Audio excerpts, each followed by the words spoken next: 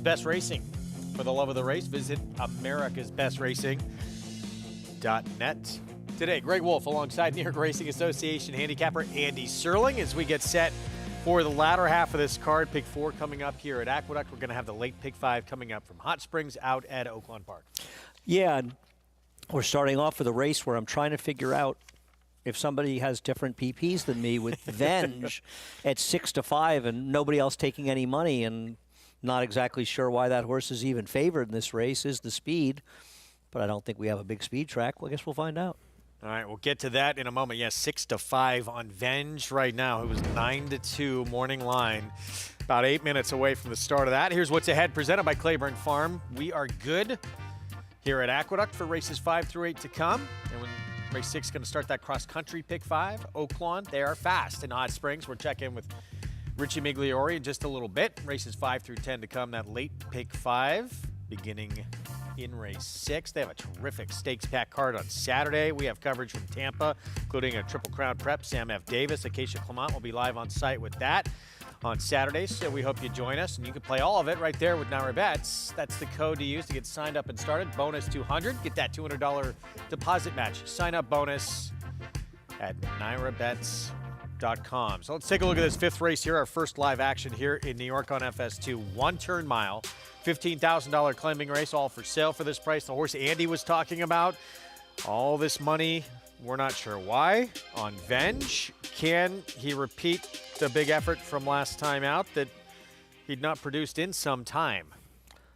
Yeah, but he was also running in a bottom-level claiming race where he was able to sort of get the lead in there.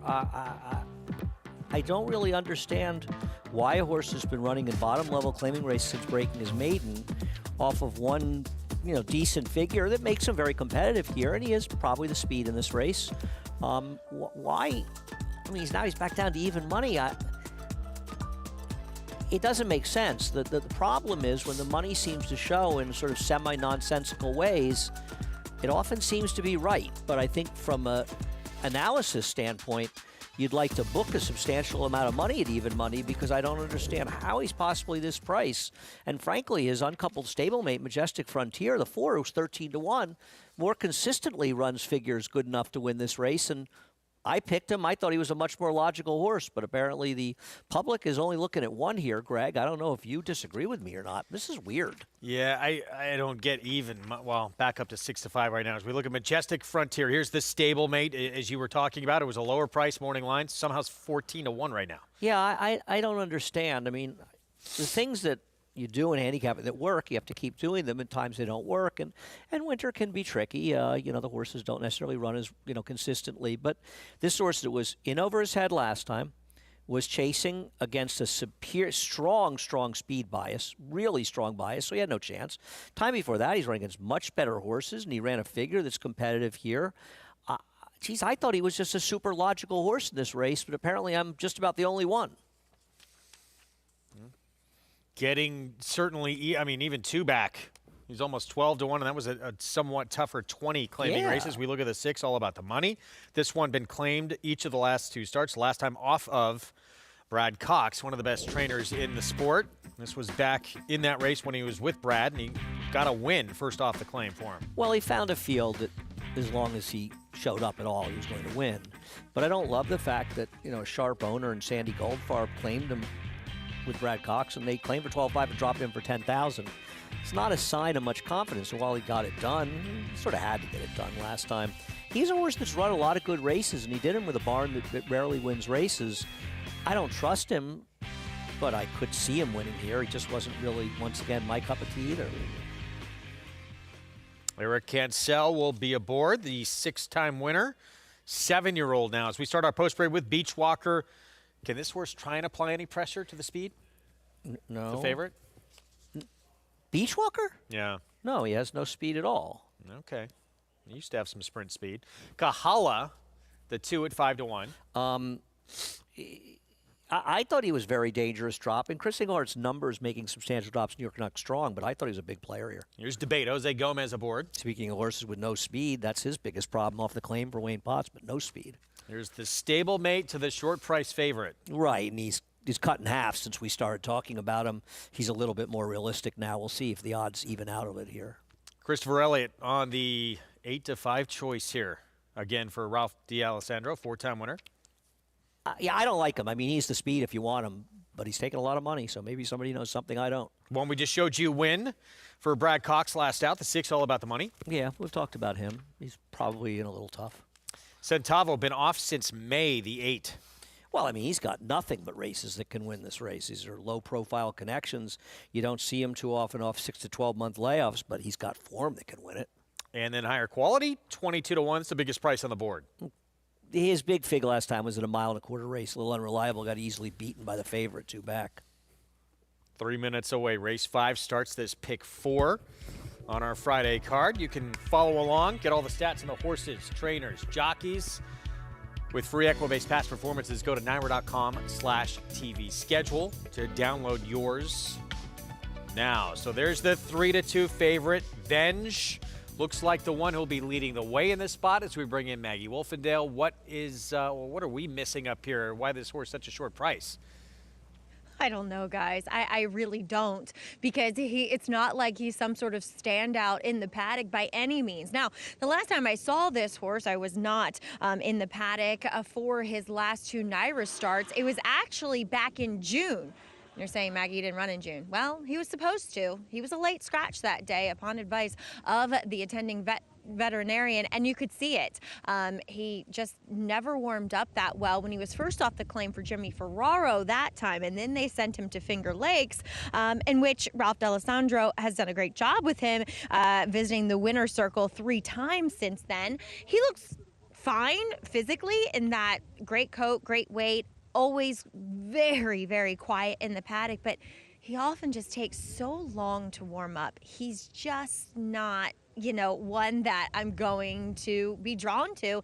And I kind of agree with Andy for the fact that, his stablemate in here, number 4, Majestic Frontier, kind of same thing with him, but at least you're getting a better price on Majestic Frontier, and he was over his head / against the racetrack last time. So as you do see, that's Eric Ansel on Majestic Frontier. Oh, sorry, that's Jose Lascano. Wow. I'm sorry, I didn't get much sleep last night. On him, warming him up in the chute there, I always am a little bit leery of that. But besides those two, the horse that by far looked best in here is number 2, Kahala. And I've never seen this horse prior to this start, even though, despite having several starts here in New York. He just looks fantastic. And sometimes it's all about who you're facing and how you stack up against them. Superb coat, superb flesh to him, energetic. The only horse that looked like he was like, yeah, I want to go out there and run today, or everybody else was just like dragging in the paddock, where he was forward, engaged on the muscle. He's the one, Greg, that just looked the best, and as Andy said, gets some class relief too. He's the one I want here. Maggie, thank you. Pick 4 pool. You see there 66,000 and growing. Try and hit these final 4 races on the card. Money's not shifted from Venge. And I'm always curious, and we've got the pick 6 carryover where we've seen a favorite winning with a favorite scratched and a short-priced winning. So far, nothing interesting happening in it.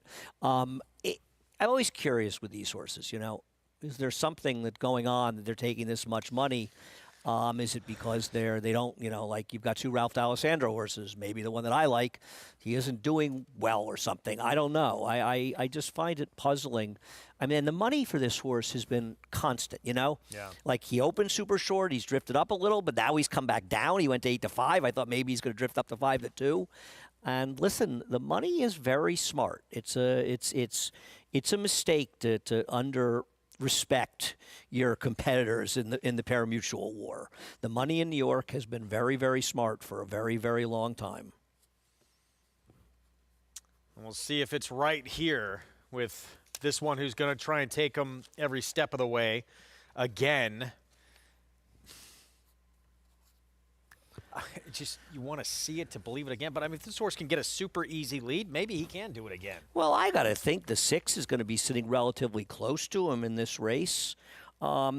I mean, Katie Davis tried to get Kahala a little bit closer. She doesn't have much speed, and even the 4 isn't that slow, but he does appear to be the controlling speed. But I don't think you're seeing horses that are just getting bet off the board because they look like the main speed. We don't have a track that's seems monstrously tilted towards speed or any kind of bias out there. I mean, the way some of the riders have ridden, it's like they didn't want to have the lead in races. They're usually wrong when they make these predeterminations, but there's no bias I can see. Keep this in mind, too, with a 3-2 favorite who needs to have the lead probably to win.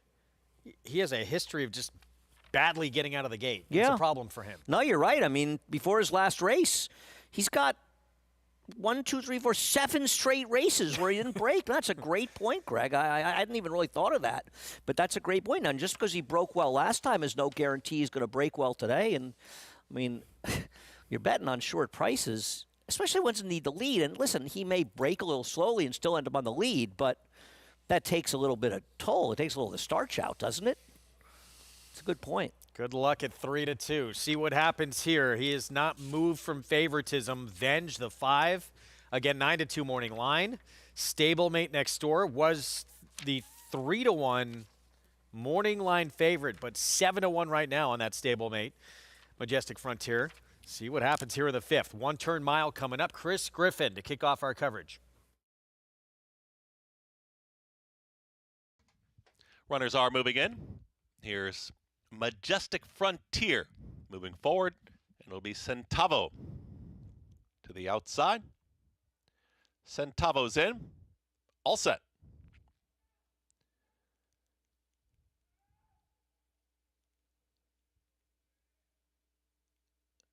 And they're off. At the rail, Beachwalker flashes early speed. It's Beachwalker right there with Kahala, who's in the early mix too. All About the Money is trying to join them, is out in the center of the racetrack, and the far outside, there's higher quality with Centavo. They are lined up. Nobody really wants the front, and so Venge will move on through, and now Christopher Elliott, a decisive move, and Venge is taking the lead, is up by a full length.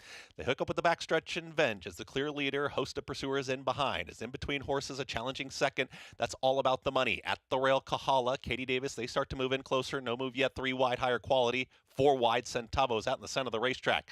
Then back there in 6th, and at the rail is Beachwalker, who broke with the leaders, is now in behind that second group of horses. Also, Majestic Frontier is in that mix, and the lone trailer, that's Debate.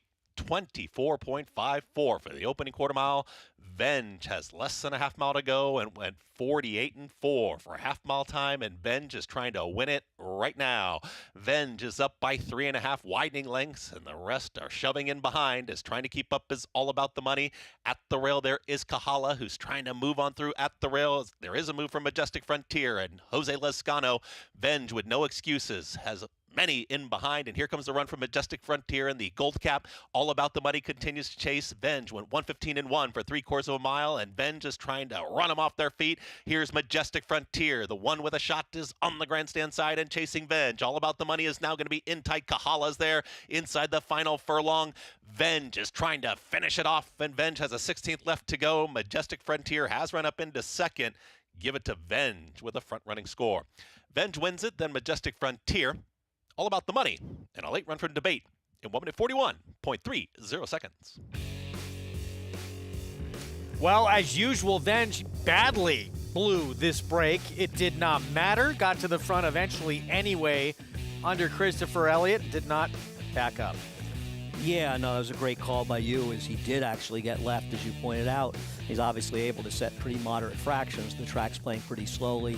There's something not in the PPs on this horse, in my opinion. I don't know how it's possible. He was this short a price. He didn't break. He won for fun. This one I really don't get. I'm not shocked he won. I think I picked him 3rd, but there's something odd about this. Like somebody just knew he was going to win today. Weird. 5 wins in his last 8 starts. I will say that. He's on quite a tear right now.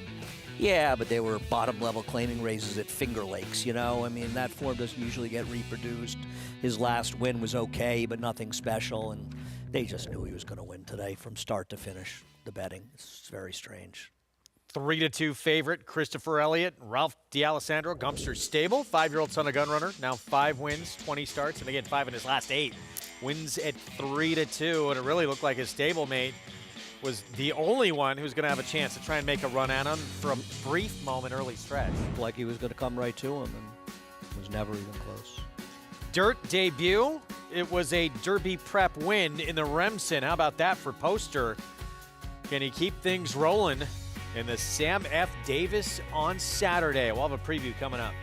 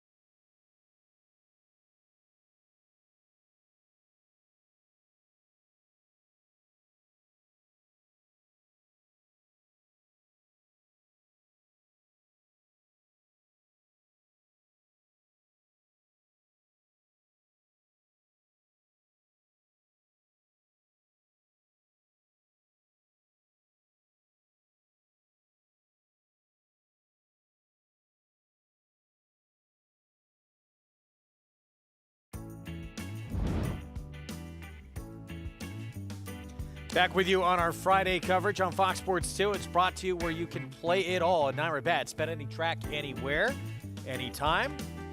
We must be going to Hot Springs. Oaklawn, fifth race. Can't fool you, Greg. About 8 minutes away. How did I know? 6 furlong sprint coming up in race 5 here. It's a $30,000 maiden claiming race. All for sale for that price. As we get a look at Steve Asmussen's son Keith will ride here with the 6. Wow, that's hot, debuting here and gets Lasix for the first start.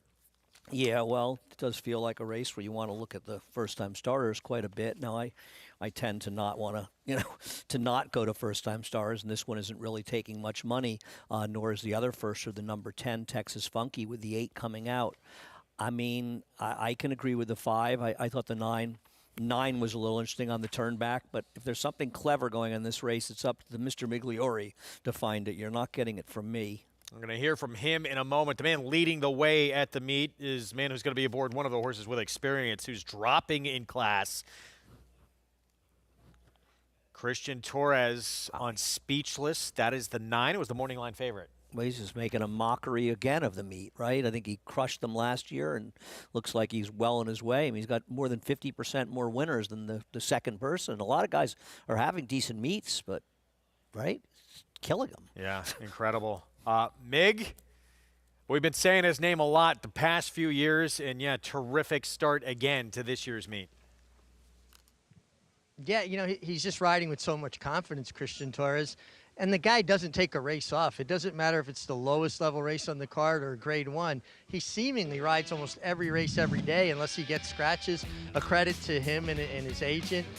And he's a rider who understands the importance of position, getting your position going forward.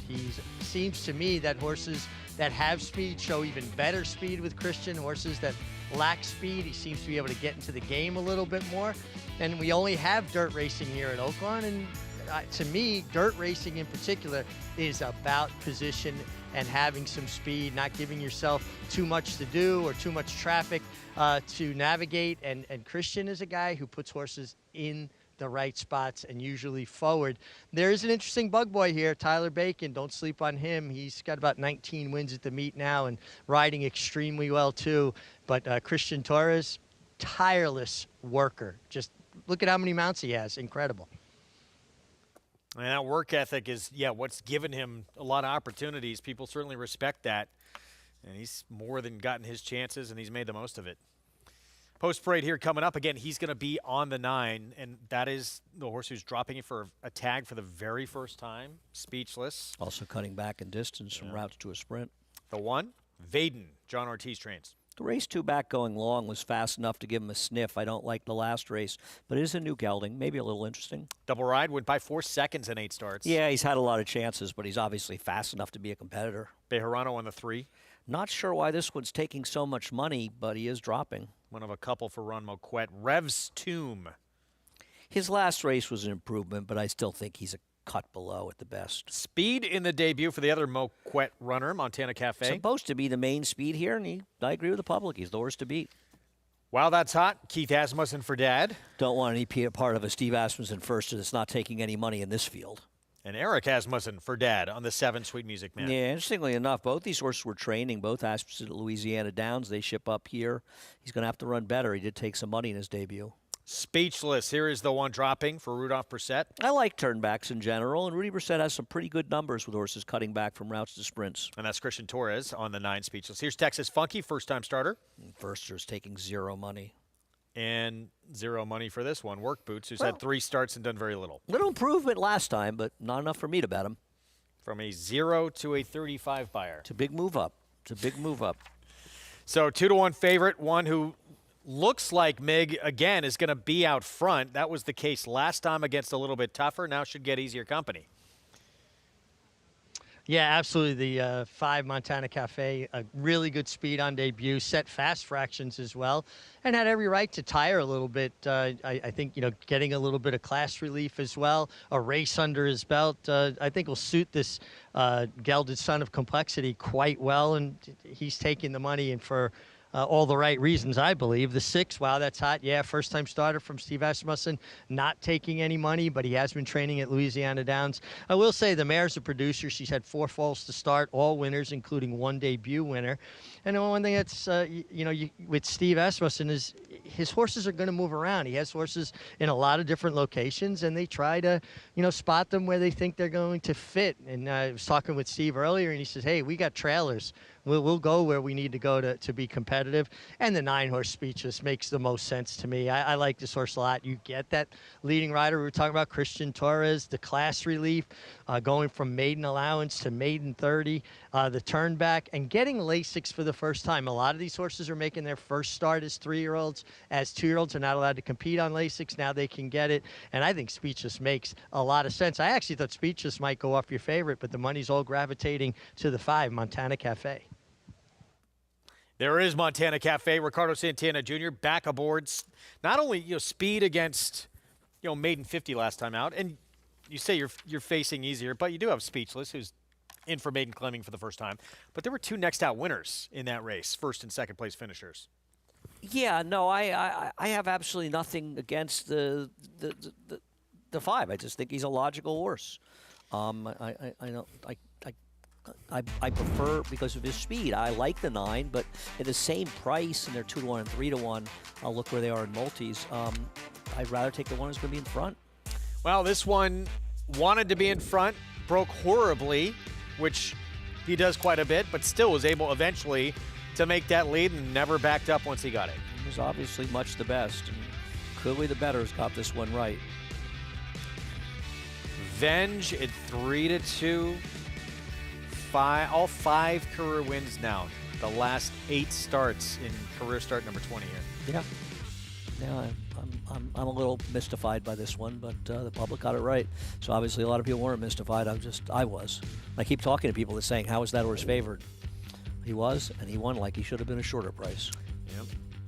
5-4-6 finish to kick off that pick 4.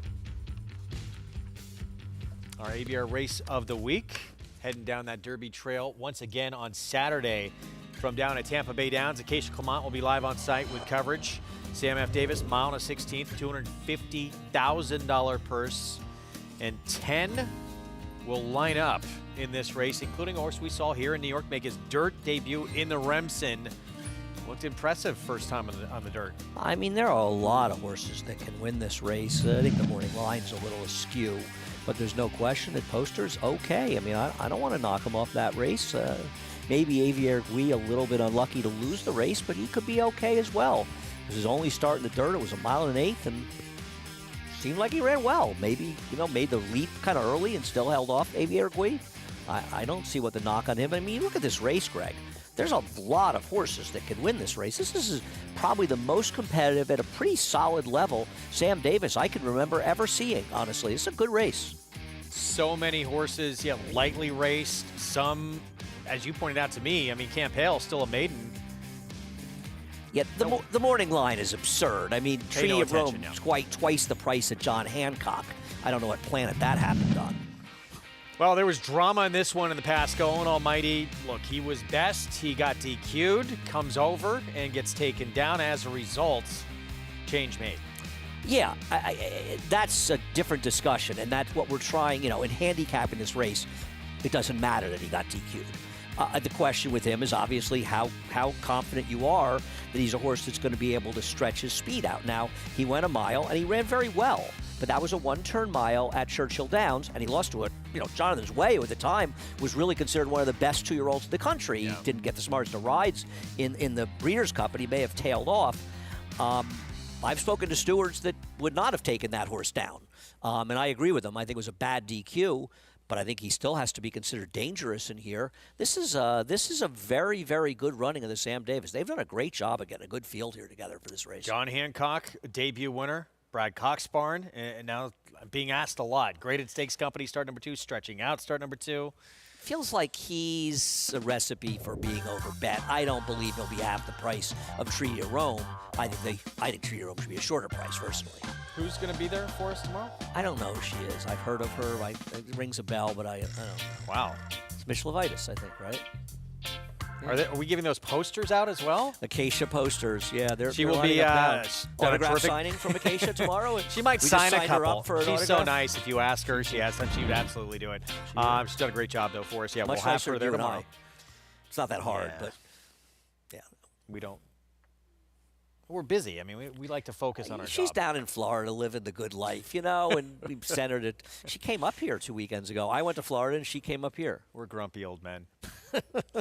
Post time for the 5th at Oaklawn. Here we go. And the 9's favored now, by the way. Yep.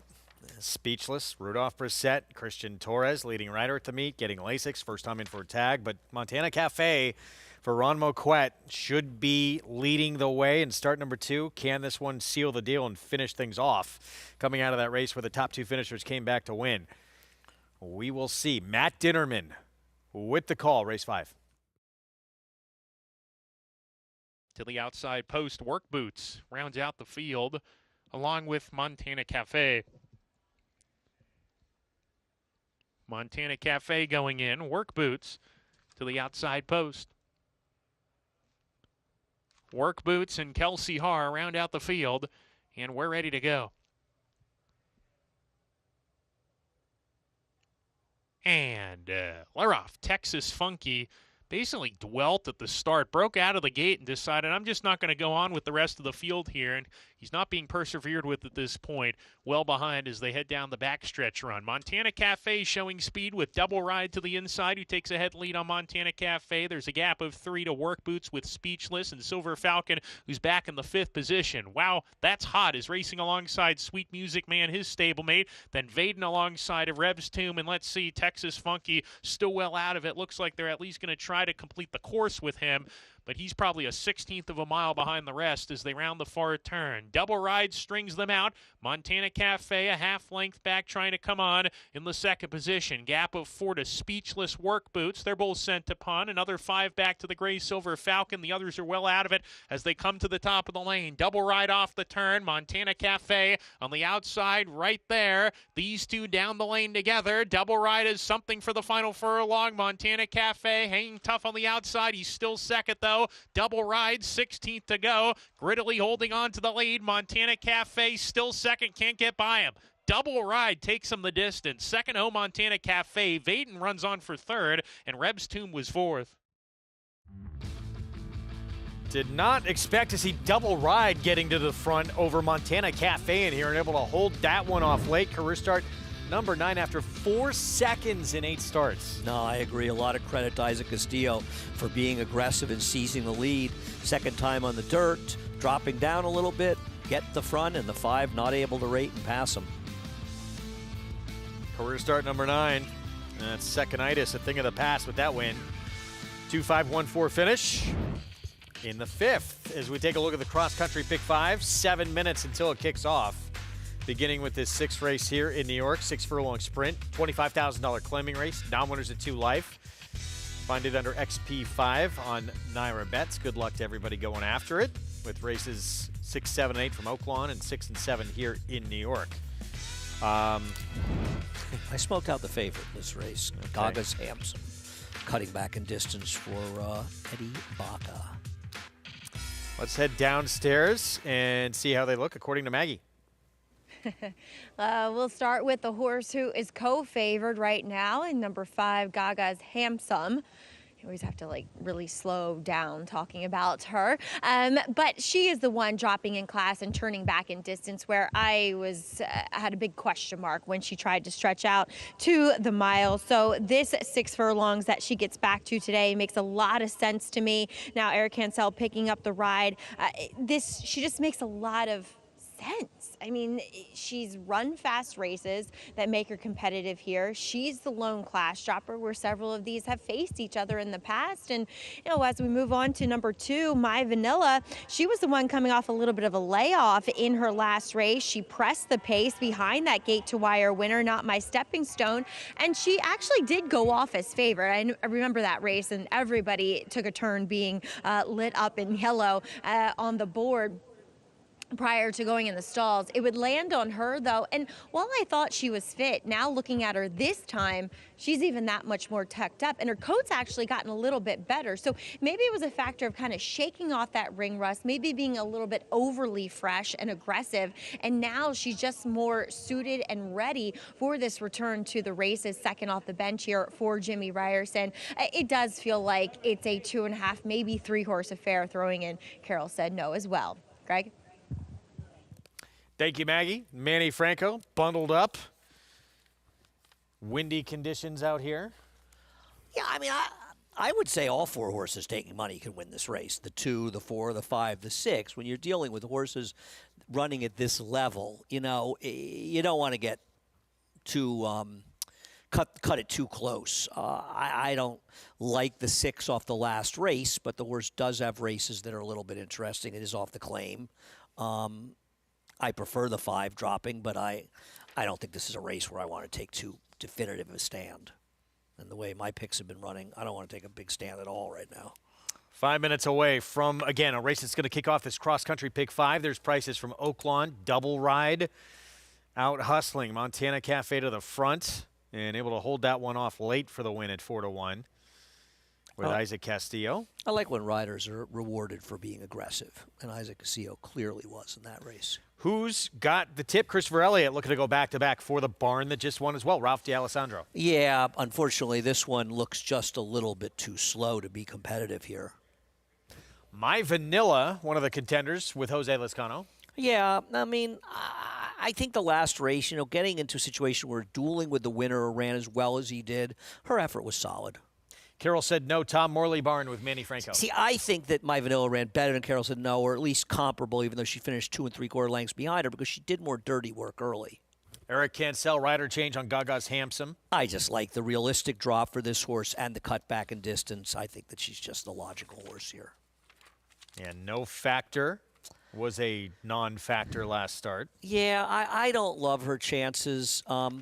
But maybe she'll run better in there. She did have the best break last time, but I don't feel like that's why she lost. Joey Martinez for Amira Shishakli, selectively sweet. Just doesn't look good enough. And then Power Driver outside, off the claim now with Wayne Potts. Ditto. I liked this horse last time. It was a terrible pick, and I don't know what you can say about that less effort that makes you want to be optimistic today, but you never know. Yeah, I mean, that's 2, 3 starts back, which is a lot tougher. You could make excuses, but then didn't show up in that last start. Did get off step slow. Yeah, but it was terrible. This horse was absolutely. Also thing to remember about the race this horse is coming out of. The second place finisher stumbled badly at the start. The rider was out of the irons from 16th of a mile and still got up for second. So I don't think that speaks very well of a lot of horses' performance in there. You can earn a 20% bonus today when you hit a trifecta at Aqueduct. Opt in at NowRaBets.com for that 20% trifecta bonus this afternoon. Don't leave money on the table. Take advantage if you're playing tries today with NowRaBets. 9-5 favorite public for now anyway, settling in on Carroll said no. Manny Franco, Tom Morley, but that one there in the background with those red and yellow silks, this was the morning line favorite. Gaga's Handsome. Winner 2 back. I mean, I just think on she's a wet track. The horse to beat. I mean, she runs the same figures on dry tracks as wet tracks. It's evidenced by her race 3 back. I think against Central Casting she ran fine, but she ran well enough to win here. And last time out, when you win a maiden, optional, a maiden $50,000 claiming effectively, the rule of thumb is you run them for half the price. Instead, Eddie Barker moved her up and ran her to mile. She's not a miler. She wasn't good enough to be competitive there, but I still think she's the horse to beat in here. I just think she's very logical. I'm not running to bet her at 2-1, but I think that's the right price on her. Well, favoritism, Maggie, very tight now between the 4 and the 5, both at 2-1.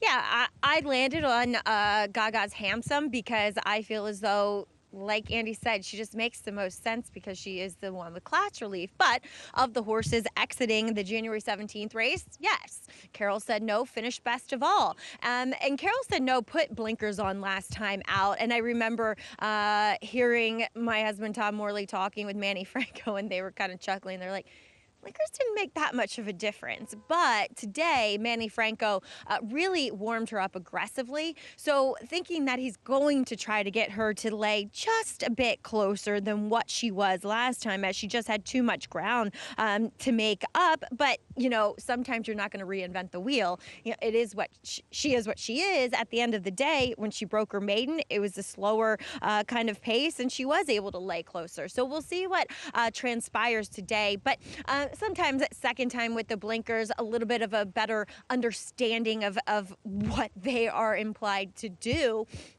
for a horse can move them up. But it feels like the board is sitting at where it should be now. Greg? All right, Maggie, thanks. Yeah, 9-5 on the morning line favorite, and that's where Maggie and Andy both going to wind up. Gaga's Handsome. Easier company here in the second try against winners. Yeah, I mean, it's like Maggie. I mean, I think we feel the same way. To me, I didn't think there was a lot going on in this race that isn't sort of relatively obvious. I prefer the 5 to the 4, not only on the drop down, but I feel like the 4's performance last time was more a function of sort of picking up pieces with a good trip, or at least My Vanilla, who is a better price, did some dirty work dueling with a favorite. I don't love any of them. I don't love horses coming out of that race because of how well the second place finisher ran. I think the 5 is a very logical horse in here. We'll see. Maybe the 6 improve off the claim, but I think Gaga's Handsome very much the horse to beat. I'm sorry Savachi's not riding. I guess he's having some back issues, and I think he's out maybe for the weekend, actually. Okay. Hope he's okay. He's certainly been riding so well. He's a great new addition to the colony. Yes, he has been tremendous. He was, scheduled to ride the 5. It'll be Eric Cancel aboard here. Gaga's Handsome, who was your 8-5 favorite. Ready for the 6th. Start of this cross-country pick 5. Let's go to Chris Griffin for the call. Gaga's Handsome. No factor. Keeper call going in.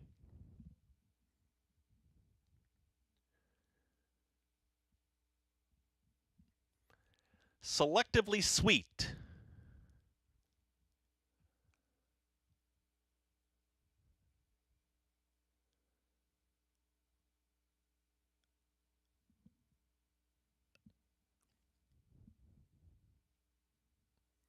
Power Driver.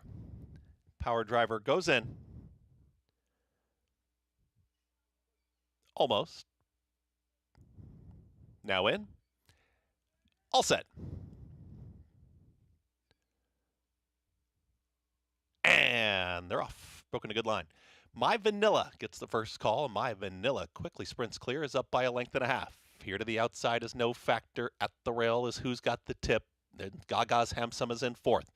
Right there in 5th, Blue Silks. That's going to be Selectively Sweet. The 2 at the back, Carol Said No with Power Driver. A lone leader, My Vanilla, sprinting clear, and My Vanilla does it easily so far. My Vanilla has less than 4 furlongs to go, 23.31 for the opening quarter mile is unopposed, and 4.5, now 5 in front. Here comes a run from Gaga's Handsome, is taken 2nd, just past. No Factor back to 3rd. From the back, here comes a run from Carol Said No. Trying to keep up Selectively Sweet, far outside Power Driver. The trailer, Who's Got the Tip? The leader is My Vanilla. They're starting to inch closer. It's My Vanilla who has a quarter mile left to go, reaches the top of the stretch, and Jose Lescano says go with My Vanilla. Gaga's Handsome is making up some late ground. Grandstand side is Carol Said No. My Vanilla reaches a final furlong. Carol Said No with every single stride is catching this leader. My Vanilla just gets passed by Carol Said No. Manny Franco on Carol Said No is opening up, and it's a yes for Carol Said No. Gets the easy win. Gaga's Handsome 2nd, My Vanilla, and Power Driver in 1 minute 14 seconds flat. Manny Franco, Tom Morley. Carol Said No with the victory. Winds up second choice at 2-1. Yeah, and this horse ran well. I mean, honestly, the 2 was able to control up front, and much like last time, she entered down. I preferred the 2 among the 2 horses. I was wrong about that, and frankly, Gaga's Handsome had a good trip in here. She looked like she had a good chance to run down the leader. She really had nothing down the lane. She was a very, very ineffective 3rd in here. Here comes Carol Said No rolling. Gonna sweep on by your favorite, then gets by My Vanilla. And just no response late from either of those 2. Couple of wins today for Manny Franco. And this 3-year-old filly by Volatile gets her 2nd career victory. 4-5-2-8. So Carol Said No, the win for Tom Morley. And he's done with her because she got claimed. That's like a double win for the owner. Get the win, get claimed, lose the condition, get claimed. Excellent day for the connections of this horse. Lucky Hat Racing, V-Hop Racing owners that get this W and get that claim money as well. So, yeah, 2-1, second choice with the victory. I'm surprised she was claimed. A little bit. It's a weird claim. Gathering that Maggie's not too unhappy about this one, but I don't know for sure. We're going to take a timeout. We'll have these prices when we return. Set up the 7th. A lot more on the way from Oaklawn as well. Stick around, our Friday coverage. Just getting started. And they're off in the Naira Benz Haskell. In the Belmont Stakes at Saratoga. Dornock setting up moderate pace, 3/4 of a length ahead. As the field turns for home. They're at it again. The 2 Belmont first and second place finishers. Mind frame on the outside. It's coming after Dornock. Dornock wins the Haskell. It will be Dornock to win the Belmont Stake. Horse racing? Check. Weekly promotions? Got 'em. Huge payouts? You bet. With Naira Bets. Download the app today and bet on any track, anywhere, anytime with live HD horse races, betting tips and tutorials, expert picks, and more. You bet with Naira Bets. Join now for a new member bonus at NairaBets.com. The Factor, a perennial leading sire of winners. He was third in the nation by winners in 2021 and 2022. His progeny include Grade 1 winners Sistron and Noted and Quoted, Grade 2 winner Charmaine's Mia, and millionaires Bound for Nowhere. And factor this, with dozens of six-figure yearling sales, he's a proven sire on the track and in the sales ring. The Factor, standing at Lane's End. There's a big, bold, beautiful world waiting to be explored by you and your friends, of course. But not just any friends, the best of friends. The kind of friends who let you do you. Because in this world, it's positive vibes only. And when you get in the zone here, you stay a while. These aren't just good times, they're the best of times. And your time is now. So come explore. Resorts World.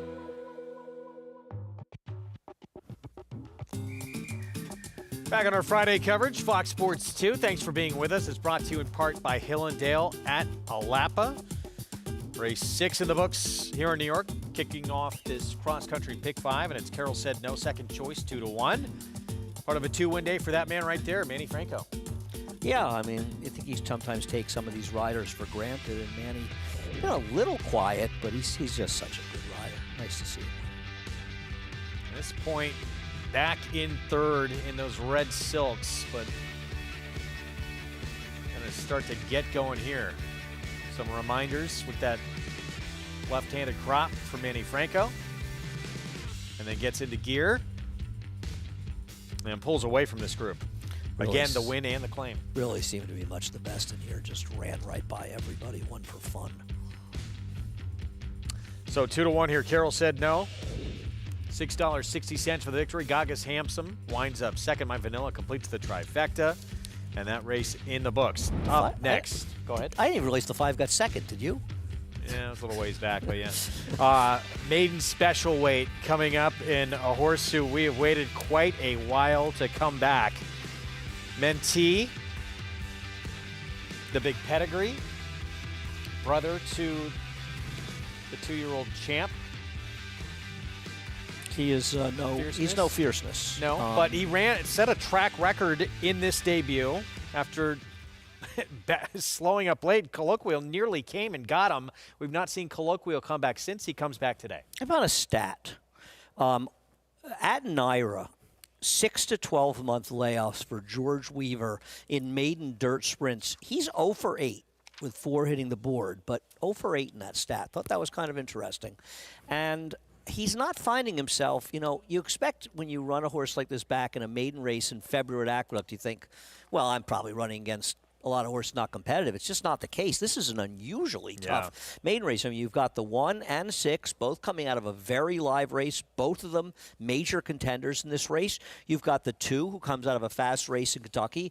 The winner did not come back and run to that number as the favorite in the Swale, but still a fast race. And you've got very good, you got a Godolphin homebred for Bill Mott. Yeah.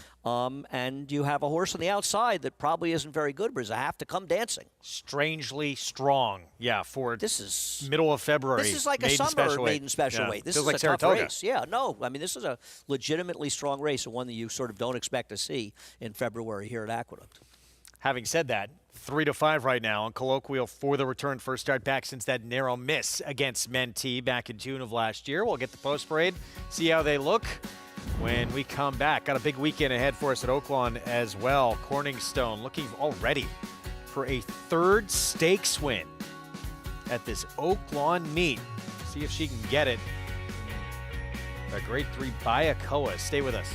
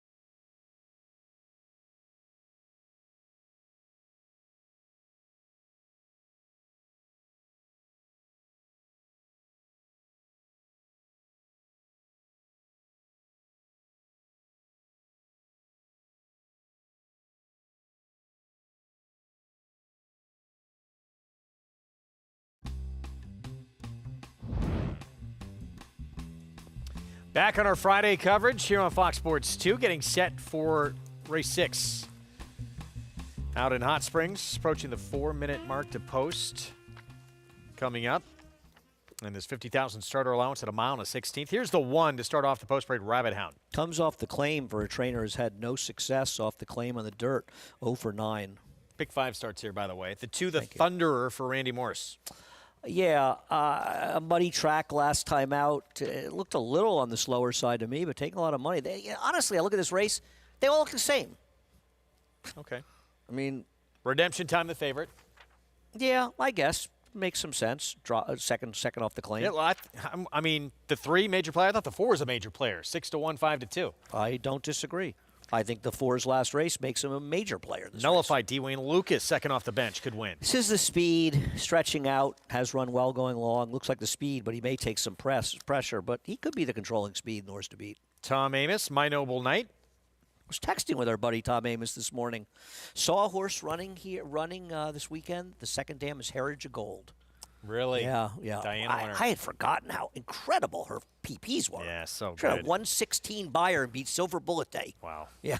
Demotivate went by a 10-1. Here's Gamekeeper. I thought another big player for David Jacobson. Yeah, I never know what to do with Jacobson, but feels like he should be stalking Lucas in here. And then 19-1, Tis Wicked Strong. This one is overmatched in here. Why is the 3 a heavy favorite here? I mean, I'm saying he can't win, but sort of thought the one to beat. Okay. No, I'm not. I didn't. But yeah, it's a tough race. Mig, what do you have for us here? Help us separate things. Well, I'm agreeing with you guys as far as I think this is a very, very competitive race. I think trips are going to have a lot to say in the outcome. We'll start with the 2, the Thunderer. One thing that's been interesting for me being here on site is horsemen that I've been familiar with, but maybe didn't have the opportunity to kind of know or really get a close-up look at their horses, and that's the case with Randy Morse, the trainer of the 2. Obviously aware of him, knew him over the years, but more in passing. I got to say, his horses are always really well turned out. He just does a great job. This horse warmed up spectacular. He is taking money. I feel like Andy probably has to run a little bit faster, but I do think there are races in his past that could get him there, and from a physical perspective, looks outstanding. The 3, Redemption Time. This horse stumbled so badly at the break last time, cost himself any kind of position, middle moved, and then flattened out a bit late with a clean getaway. He's definitely a player. Out of a mare, a Jealous Woman, that was a very fast mare out in the West Coast, trained by Bill Spar. The 5-horse Nullify, he's the horse that I really like here. I think he was in need of his race.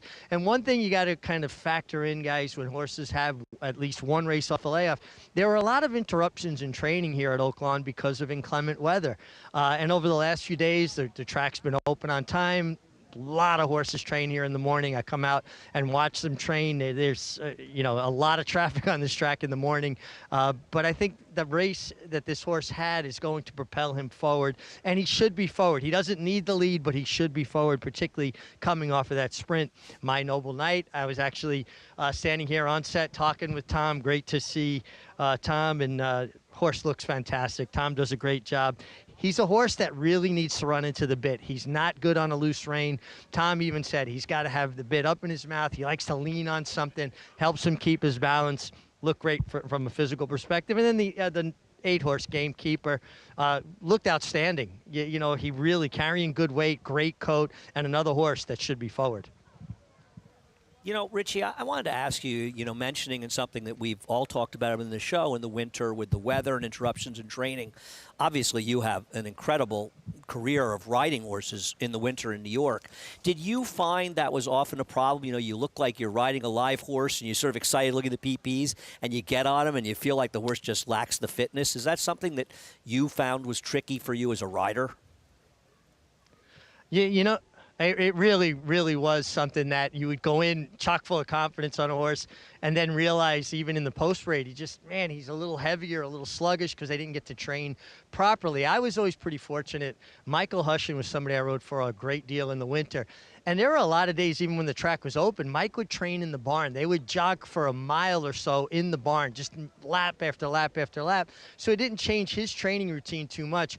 But people that train their horses steadily, not even hard, just steadily, when they don't get to go to the track, it kind of changes how those horses perform. So I think it's something you got to keep an eye on, or as, you know, particularly right now in this meet, because we did miss so many training days over the, you know, last month or so. Mig, thanks. Yeah, what do you do to adjust? Try and keep your horses fit and ready to show up with their A game on race day. Yeah, I think it just what it does is it makes things, handicapping is tricky enough to begin with, and it makes things tougher. And I think it also means we're such privileged to have Maggie in the paddock, and I think this is the time you always want to hear what she has to say. But I really feel like in the winter is a time that she can really come up and say, and she's done it in the past. So it's a short price. I know it looks good on paper, but does not look good on the racetrack. And she has a pretty good record over the years, especially in the winter, of knocking horses in those situations. Grade 3, Bayakoa. What a start to the meet for Corningstone, for Ken McPeak, Julian Leperoux with back-to-back stakes wins, the Mistletoe, the Pippin, which we're showing you here. I'm going to try and make it 3 stakes in a row, a graded stake on Saturday with a grade 3 Bayakoa. Well, I mean, I think there's 2 ways to look at this race. There are a number of contenders in this race, of which she is one of them, along with Little Jamie. We saw win down at Tampa, as well as the number 5 Free Like a Girl, the $2 million earner. But there's a horse on the outside in Loved. If Love shows up with anything near her last effort, this race is a fait accompli, but one big win doesn't necessarily mean she's going to win here. That one for Brendan Walsh has Tyler Gaffleone coming in. We're set for race 6. 2-1 favorite, the 5 in here. Nullify, D. Wayne Lucas. Here's Matt Dinnerman. We're ready to go. And we're off. Uneventful beginning. Nullify in the middle of the field, waste no time, is up on the pace with Rabbit Hound and the Thunderer. Between that pair, these 3 across the track hitting the first turn run. My Noble Knight right behind them in 4th in a compact group. Redemption Time down on the inside, then Interlock Empire the Gray with Gamekeeper. Demotivate gets shuffled back to run in the second last position, and that leaves Tiz Wicked Strong to trail the field. He's 7 lengths off the pace. Approaching the backstretch, it's Rabbit Hound and Francisco Arrieta paving the way by a neck. The Thunderer hounding with Rafael Bejarano from the outside. Nullify gets a good trip right off those 2, is running in 3rd. Redemption Time to his inside now. My Noble Knight on a hold. He's running 5th. Interlock Empire right behind him, also on that snug hold. Gamekeeper alongside. Demotivate 2nd to last still, and that leaves Tiz Wicked Strong to trail. He's only 5 lengths off the lead as a compact group hits the half-mile pole. Rabbit Hound, 23-4 the first quarter. The half in 48-2. It's been contested on the front end here as they hit the turn. Rabbit Hound, the Thunderer, still a neck apart with Nullify right behind them in 3rd. Gamekeeper is shoved upon on the outside. My Noble Height is getting closer in the 4 path, and Nullify and My Noble Knight, they're moving as a pair after Rabbit Hound, who calls it a day, is dropping back. The Thunderer still there on the lead, coming to the top of the lane. Nullify finds himself with a head in front coming off the turn. Outside, My Noble Knight trying to stick to him. The Thunderer down on the inside, stubborn. Then Redemption Time needs to pick it up in the final furlong. Nullify, the Thunderer under the left-handed stilk. Game for the fight. Nullify, the Thunderer head and head. Nullify nose in front. The Thunderer is still right there. Nullify with the upper hand coming to the line, and Nullify does it. Nullify gives Tyler Bacon a double over the Thunderer. Then came Redemption Time in My Noble Knight.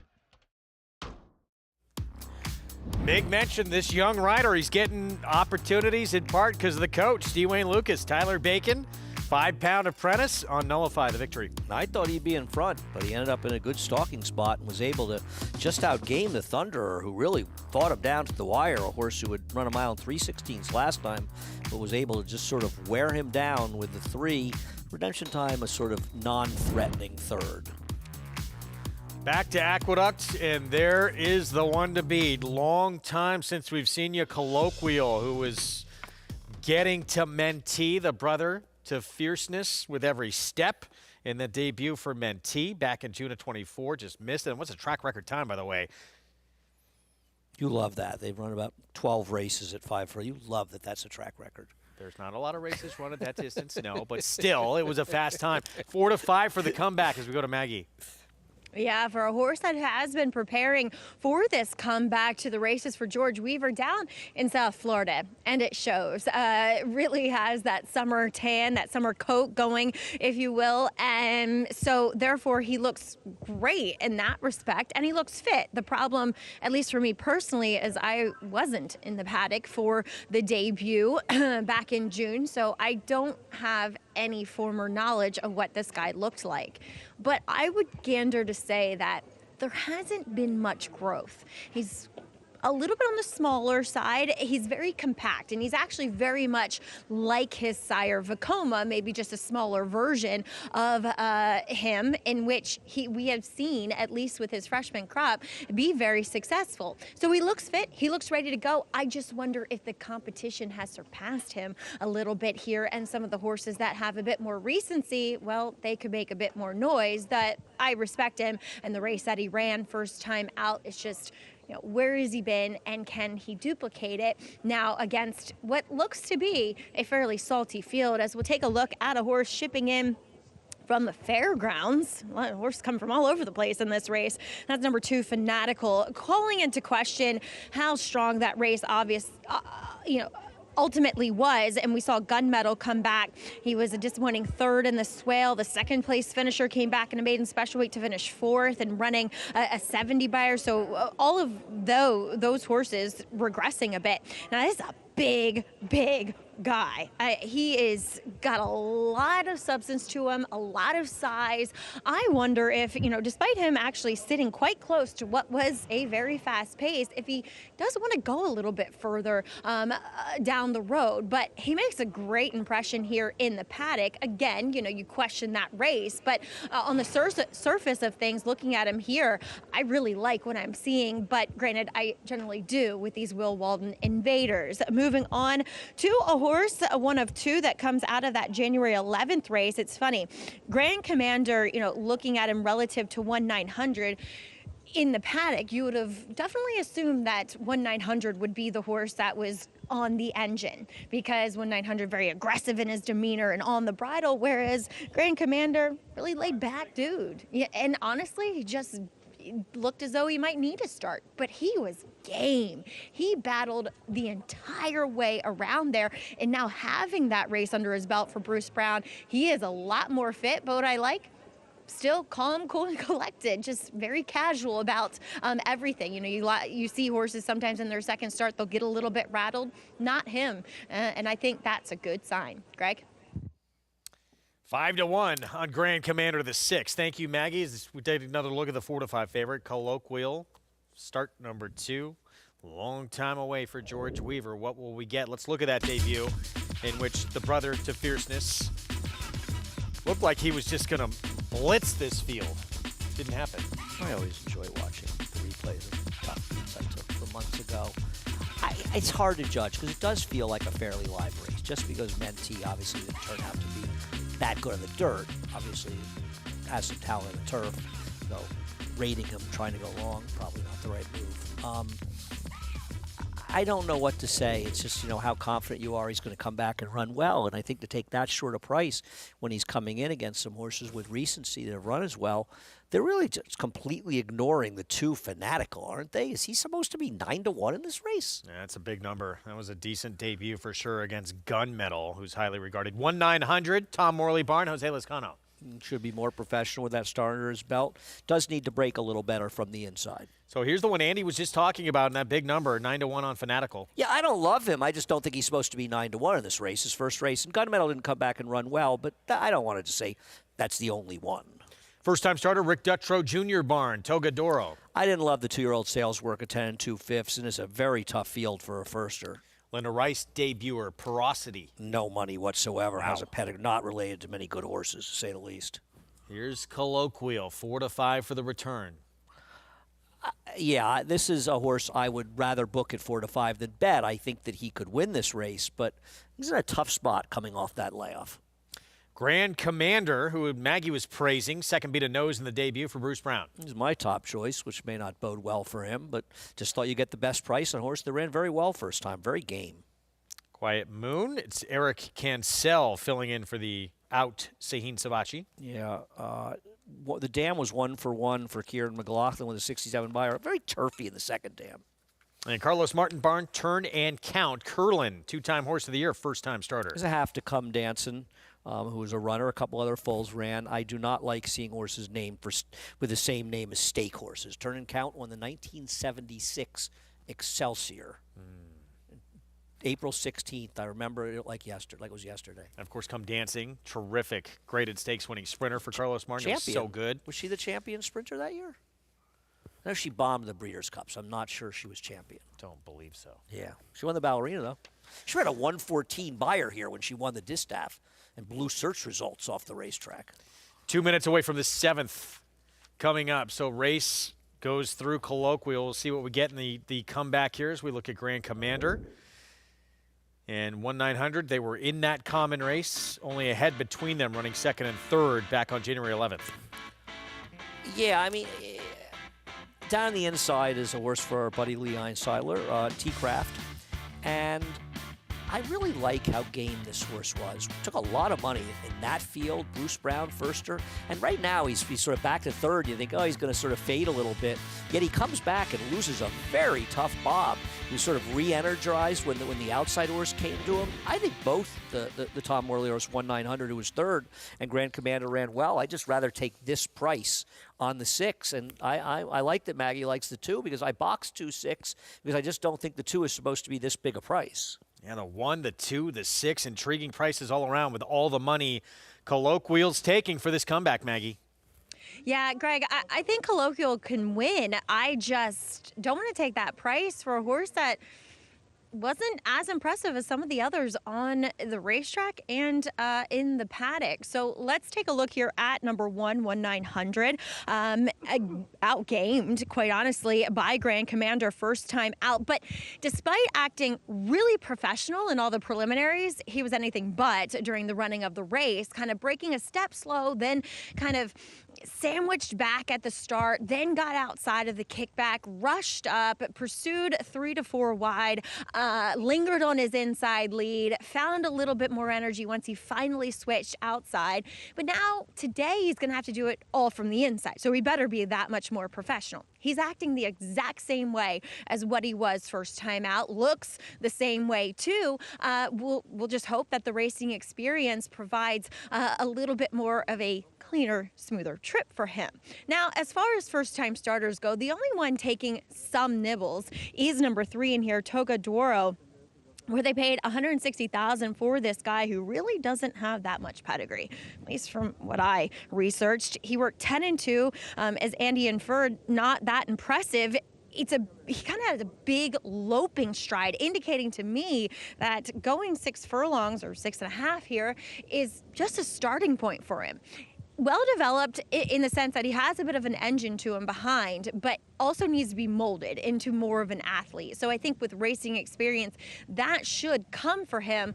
But again, he was the only firster, Greg, that was taking any sort of attention that felt like I needed to mention him. All right, Maggie, thank you. Yeah, starting point for a couple in here. But 4 to 5 on the comebacker. Colloquial, and look, he just was rolling late at 5 furlongs. Yeah, listen, that was a very good effort, and I mean, you could theoretically build on it, in which case he'll win. I just don't need to take 4 to 5 in a tough competitive field off the layoff, but he is the horse to beat. No question. See what we get. He's the 5. Manny Franco looking for his 3rd win on the day on the odds-on favorite for George Weaver. Here's race 7. Chris Griffin the call. Goes in. All set.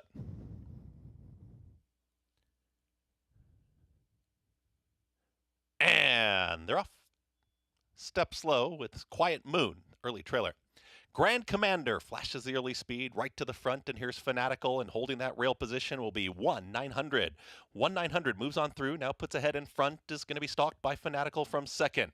Breaking on top and back to third, that's Grand Commander, also tugging. Moving forward is Porosity, wants to go, is at the rail, is now taking that 3rd position away. Colloquial is now in the center of the racetrack, is a tracking 5th. Big gap, 6 lengths, back to Turn and Count, another 4. Back to Toga de Oro. Far back the trailer, slow starting Quiet Moon. 22-4 for that opening quarter mile. 1-900 is in the clear, and 1-900. Here comes the run from Colloquial, though, and Manny Franco, Colloquial, they are on the move, and Colloquial is now taking a clear second in full pursuit of 1-900. Also under the shove there is Fanatical is in third. Gets a little tight there for Porosity from fourth. They reach the top of the stretch and the front two are well clear. It's 1-900 trying to hold off the charge. Colloquial is now rolling down the center of their track, and here comes Colloquial, and Colloquial is run right by 1-900. It is far back to the rest as Colloquial and Manny Franco are opening up here late, now up by 3, 4 widening lengths, a 16th left to go. No doubt the 3-year-old by Vacoma. Colloquial wins geared down impressively. 1-900 is well clear of the rest, finishing second over Fanatical and Grand Commander in 1:16.4. That was impressive. Colloquial, hello, welcome back for George Weaver. Third win for Manny Franco. Let's go back to the start. Keep your eyes on your winner there, the 5. How he gets out of the gate. Ooh. A little bit of a bobble. I don't think it badly affected him. He was crazy impressive in this race. I mean, that is an extremely fast race. I think the 1-900 ran extremely well in here, and he beat him by, I'm trying to watch the replay on our screen. I think he beat him by about, take a look. Slow-mo's hard. 7 lengths? This is a stakes horse. If he stays sound, another good Vacoma. Wow, this horse is good. Where's the Gotham? I mean, not impossible. It's 4 weeks from tomorrow. Oh, yeah. I mean, I wouldn't be shocked if they go into it. Wow. I mean, look, the second horse was second by about 10 or 11 lengths in front of those other horses. And, yeah, I mean, he destroyed this field. Wow, that's a very, very, very good horse. And, I mean, go back to, like, 88 buyer in June as a 2-year-old? I think he built on it. I think he did the usual progression. I haven't paid enough attention to the times. Maybe one of my friends can text me or something, but I'm going to guess that this is a figure that's going to be in the high 90s, not high. This is. We may have just seen a new Derby contender. Well, look at it this way. The 1 probably improved in the debut of 79. It might have run an 84, 85, which puts this horse at 100. Maggie, this was some performance. Wow, Andy. When I saw the opening fraction of 22-4, we haven't seen an opening fraction of that. And Colloquial was just cruising in behind 1-900. I said, wow, they are going to put up a fast time, and they did. Now, granted, this race here was a feature for a reason. These are horses with some quality, and I don't think that has really been the story for the rest of the card. But this time is, I would say, about 3 to 4 seconds faster than anything we've seen today at this sort of distance.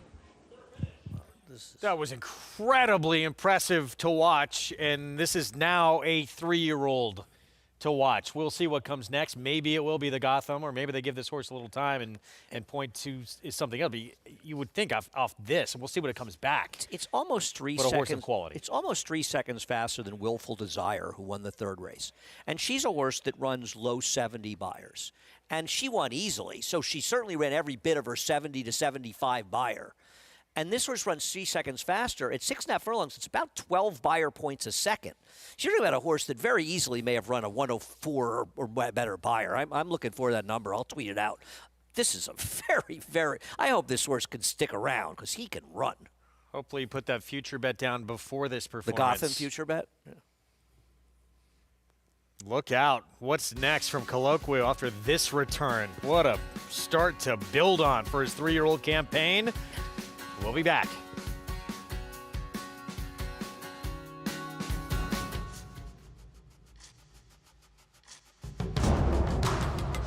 Seize the Gray wins convincingly.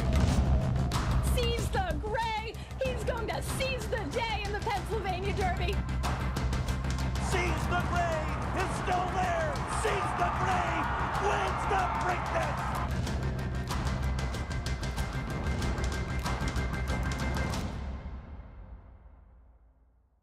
Enhance your handicapping with AI Fast Facts, exclusively on Naira Bets. Open your Naira Bets app, click View Runner Details, and a stat-driven fact will appear for all U.S. thoroughbred racehorses. Download the Naira Bets app to start using Fast Facts today. RaceLens is the most in-depth product in horse racing, with unique features found nowhere else. True odds, predictive analysis, and pace projection. RaceLens. It will change the way you follow horse racing and take your game to the next level.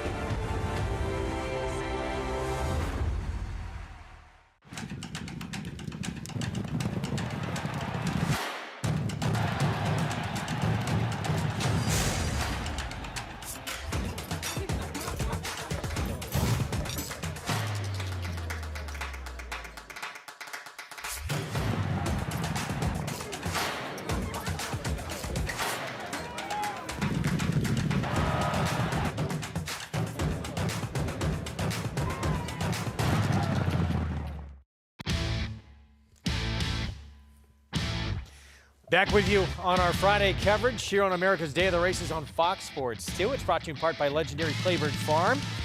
100 years of doing the usual unusually well. What a performance we just witnessed in race 7 here. Hadn't seen him since June. That was his only start. Nearly ran down the brother to the former 2-year-old champion. Fierceness, colloquial. Even more brilliant here at start number 2. Yeah, I mean, you know, we talk about horses, 8-month layoffs, and you talk about routine improvement. Could realistically have gotten this horse close to 100 Beyer. I think it may be faster. This is an extraordinarily impressive performance. I mean, I look at the second place finisher with Don Morley. Imagine that the 5 wasn't in the race, right? We'd be talking about how incredibly well the 1 ran. He probably beat the rest of the field by over 10 lengths. And then this horse just dusted him by 7 lengths. This horse is good. Man, he gives up Orchid mid-stretch. He knew it was in the books. Wow. 1:16.4 for the 6.5 furlongs in start number 2. And look, you assume it's only his second career start off a long time away. He's going to get a lot better. I always worry about a horse that, that much of a layoff. But, sometimes they just, they come out, they have shins or something, and they just decide, it's going to take a little while to get back to track. Why rush him into the fall? We're not going to be in the big stakes. Let's take our time with him and point for races next year. And that may well have been the case. And, boy, I hope so. Because, I mean, I think there's a pretty good chance that that's the fastest fig that anybody in the current 3-year-old crop has run, right? There was a big number for a horse for Rodriguez ran like a 101 Beyer, I think. Could be better. I think this might be the single fastest Beyer figure, a 2-year-old, now 3-year-old, that this crop has run. We'll wait and see when it comes back.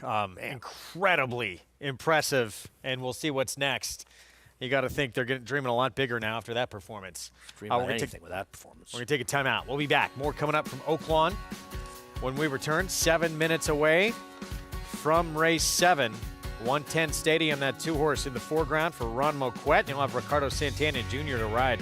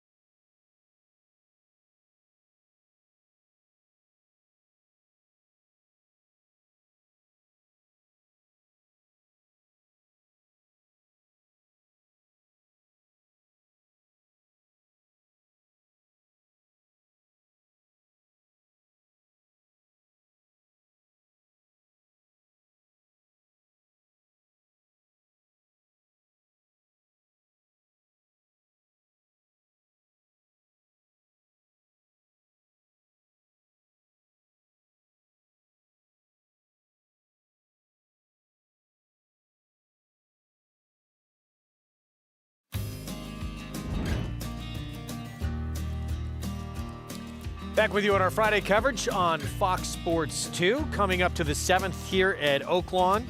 And an interesting storyline, which we'll get to with Mig in a moment when we check in with him out in Hot Springs. Here's our post-break. We start with Midnight Taxes. Yeah, down the inside for Chris Hartman wins a lot of races. Should be forwardly placed, if not in front. 5-2 with Rafael Bejarano. Coming back now as a 5-year-old. Here is 110 Stadium, Ron Moquette. A little surprised the money that this horse is taking. Just didn't look fast enough to me. Stretching back out, had a 6-furlong return. Here's Dinner at Crumpy's. Yeah, this horse just looks overmatched. That's why he's 38-1. Navy Seal, Julian Leperoux. Yeah, and Richie will make a funny point about he and the next two horses in this race. Doesn't have a lot of speed. Yeah, look at the 5, slow. 6, and 7 and see if you can tell what it is. Lockmore, 2-1 favorite, the 6. Yeah, I thought Lockmore was dangerous in this race. He's run some fast figures, second off a layoff. Cooler King, 3-time winner. Not as fast as his siblings. Willow Creek Road, McLean Robertson trains. Comes in from Delaware and is just never has a one fast race at Oaklawn Park, but mostly just too slow. And third off the bench, Betty's Cash at 5-1. Taking a lot of money, this horse. I thought she was a little bit slow. She can be forward. She and the 1 should be vying for the lead or up front. Speed outside. So, yeah, back to that story we alluded to here in the 7th. What's going on, Mig?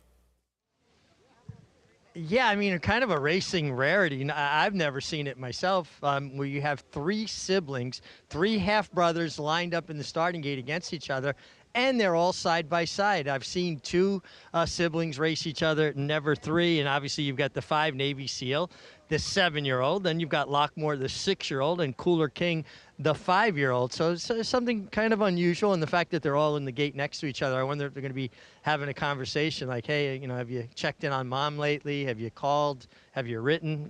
We'll see. I think Midnight Taxes is just going to be too tough here. He's got too much natural speed from the inside. There is another speed on the outside at Betty's Cash, but, just the post position kind of simplifies things, right? Rafael Bejarano doesn't want to let horses outrun him and, fold over and throw kickback in his face. I think he's going to take them flag fall to that's all. The 110 Stadium did have a bit of a trip last time, but he's a horse that's not very handy away from the gate, and he tends to kind of set up compromising trips. He just doesn't break very, very sharp. If he can get away a little cleaner, I do think that his closing style could work well and get a piece of it here. Navy Seal looks good. You get Julian Leperoux riding really well. Lockmore makes a lot of sense. Had that race off the bench. I'm leaning on horses that get a race under their belt, particularly, again, talking about those interruptions in training. And a horse that I did not like on paper, guys, but I would be remiss not to mention, because he is absolutely breathing fire, could not look any better. Coming off the layoff is the 8 Willow Creek Road. Again, don't like him on paper. What we try to do is match up what we like from the form and match it up to what we see physically. We're not making the connection here, but like I said, I would be remiss not to mention how good this horse looked warming up. All right, Mick, thank you. That's, the 8, 12-1. Looks very hard to make on form. But it's actually probably a bit of an underlay on his form at 12-1 in this race. He's run some okay races. He's coming off, a 4.5-month layoff for a live trainer. He has one very fast race at Oaklawn. If you go back to the no double, the Archibred Stake. And he's breathing fire, so stay away from him, Richie. You can't afford to lose. As for the favorite Lockmore, the last 3 times he's faced state-bred competition, and that's what he's going to be doing here, he's won every single time. He's just a super watchable horse in this race. I don't think there's anything else to say. He's second off a layoff, and he ran credibly in that race. It felt like a race against Open and against the state-breds. He's very, very logical. But I'm scared of the 1. I mean, aren't you? He's 2-1 other favorite. Looks like the inside speed. I'm always scared of Hartman as he comes up a 6-month layoff. I looked up 4 to 8-month layoffs for Chris Hartman. He's 20% with 44 starters. He's 4 for 15 at Oaklawn with a 177 ROI. So his horses seem to do okay off layoffs. Nothing special, but not bad numbers. Meanwhile, again, to Lockmore against Open Company. I mean, it was a very productive comeback. He needed that start. You figure he's going to be better for it. And It looks like there's a few who want to battle up front to set it up for him. Yeah, I'm not sure how fast the pace is going to be. I'm not sure. You know, it depends how much the 9 pushes things. If the 9 doesn't push the 1 might be able to put these on a merry chase. I guess Cooler King could have some speed, but he's not really that fast, and he's obviously not that good. So I'm not convinced that the 1 might be in a position to sort of lead him on a merry chase. Could Navy Seal, but Julian's just not a rider that you expect to be ultra-aggressive, and I think for the 5 to be engaged, he'd need a very aggressive ride, and I'm not even sure it's the ride you want to give him. I mean, the 9 seems like that one has to go. That's the only way he knows how to do it. I agree, but I guess the question is how aggressive the rider. If he is aggressive, that's going to make the 1 life very tough unless he lets him clear. And even the 7 and the 8 aren't that slow. So we'll see what we get in terms of pace in this race coming up. Look, Lockmore, still 2-1 favorite. 10 of his 15 starts at Oaklawn. And the majority of them win. 7 wins, 3 seconds in 15 starts here. Oh, I mean, he's just a super, super logical horse in this race. Second off a layoff, meeting Archie Breds again. He's getting a little older, and I guess that's one of the questions. He's a 6-year-old, but I thought his return race was very good. Yeah. I don't have any knock on the 6. I think he's the horse to any beat. fears, doesn't it? The return? Yeah, pretty much. Yeah, I agree. That's fair. He's a 2-1 choice. Lockmore, the 6. Again, last 3 starts against State Bred Company. He won all 3 of them. See if he could do it again. Second off the bench. Let's go to Matt Dinnerman. Betty's Cash to the outside post. Waiting for Betty's Cash to take his spot. Goes in. We're ready to go. And Laroff. Betty's Cash broke very alertly today, is up on the pace. The long shot Cooler King has asked for speed at once and is up to challenge Betty's Cash on the front end. Navy Seal takes back to 3rd. Midnight Taxes joins and passes him, sticks his head out to claim the 3rd spot just with Navy Seal and Willow Creek Road, who joins that group 3 deep. Length and a half to Lockmore and Dinner at Crumpy's. 110 Stadium at the tail end of the field. He's 7 lengths off the lead. Half mile to go. Betty's Cash half length in front. Cooler King cannot keep up, surrenders the first position, and is now in 2nd under pressure. Navy Seal alongside of him, and then comes Willow Creek Road. Midnight Taxes behind runners right now. He's in 5th, and he's 3 lengths off the lead, getting outside with 5/16 to go. He's in the clear now. Gap of 2 to Lockmore, needs to pick it up with 110 Stadium, who's underway from the back. Top of the stretch. Willow Creek Road off the turn, leads the way now, pushing past Betty's Cash and Navy Seal between horses, who's tiring. Midnight Taxes trying to get their grandstand side, and 110 Stadium on the far outside there together. 16th to go. Willow Creek Road's in front. 110 Stadium is charging down the center of the track. 110 Stadium, Willow Creek Road. 110 Stadium in a photo finish, and I think he got it. 110 Stadium, Willow Creek Road, Navy Seal and Lockmore. Maybe 110 Stadium in that final jump for Ron Moquette, but what a call from Mig. This 8 horse on paper really didn't figure. Mig loved the way he looked. He ran huge at a big price. That was a great call by the Mig on the 8, and a very, very tough beat for him because this race kind of came apart a bit in the late stages. I mean, overall, a somewhat fairly run race. 110 Stadium appears to have gotten up. Another horse who was coming in 2nd off a layoff, but unlike the number 6, didn't have the races to get back to. Lockmore did not run particularly well in here, an ineffective 5th or 6th, but nice late run, come and catch a tremendous call by Richie on the 8. That was a great, and as he said, it's not like he thought he looked great on paper, but he thought he looked great in the track, and boy, did he deliver. He might be figuring that place out. I think safe to say he is doing tough just beat that. for him. 6-year-old return for the 8. Yeah, on paper did not figure at all in a tough race. At 19-1, just misses, it looks like, in a very tough photo defeat. Agonizing beat for that horse. Agonizing. And it is the 2. Oof. Wow. 110 Stadium, Ron Moquette, owned by William Sparks, Ricardo Santana Jr. 2-8-5-1 finish in a thriller there in that 7th from Oaklawn. Back to New York, 8th race. 7 minutes to post to close out this card here in New York. New York Bred's $40,000 maiden claiming group, traveling 7/8 of a mile. The favorite, Moonlight Gal. There's Moonlight Gal, Manny Franco, George Weaver. It's kind of a strange situation. This horse, a New York bred that was 10th, beaten 18 lengths in its turf debut, was sent to Florida to run the turf. and was awful last time. Now, in fairness, he broke about 15 lengths behind the field in his turf debut, so his actual turf race wasn't really that bad. His last race was atrocious, and now they're back here running on the dirt in a maiden claimer, and she's the horse to beat. I picked her in here, but I don't like how she ran last time out. I thought it was sort of between her and the 9. I had nothing clever to say about this race. George Weaver, Manny Franco, they won the last with a son of Vekoma, trying to win with a daughter of Vekoma here in this nightcap. As we take a look at the 9, our preferred pal, Chris Engelhart, Lane Luzzy at 7-2, second choice on the board. This was back on January 19th at a mile.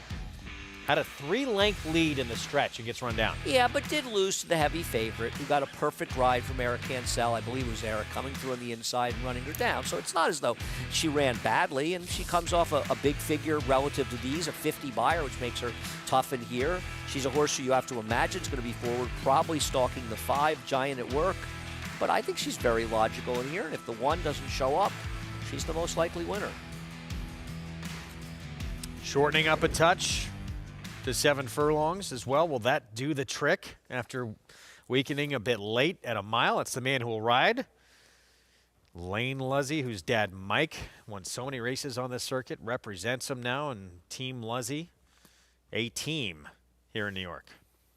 Yeah, no, I think Lane had 3 wins yesterday. I thought he was very astute yesterday, aggressive in spots, getting to the front with horses that didn't really look like the speed and wiring fields. And you like to see a rider that's able to get a horse that doesn't figure that to run as well as it does by being aggressive and doing that. And I think we're seeing that from Lane.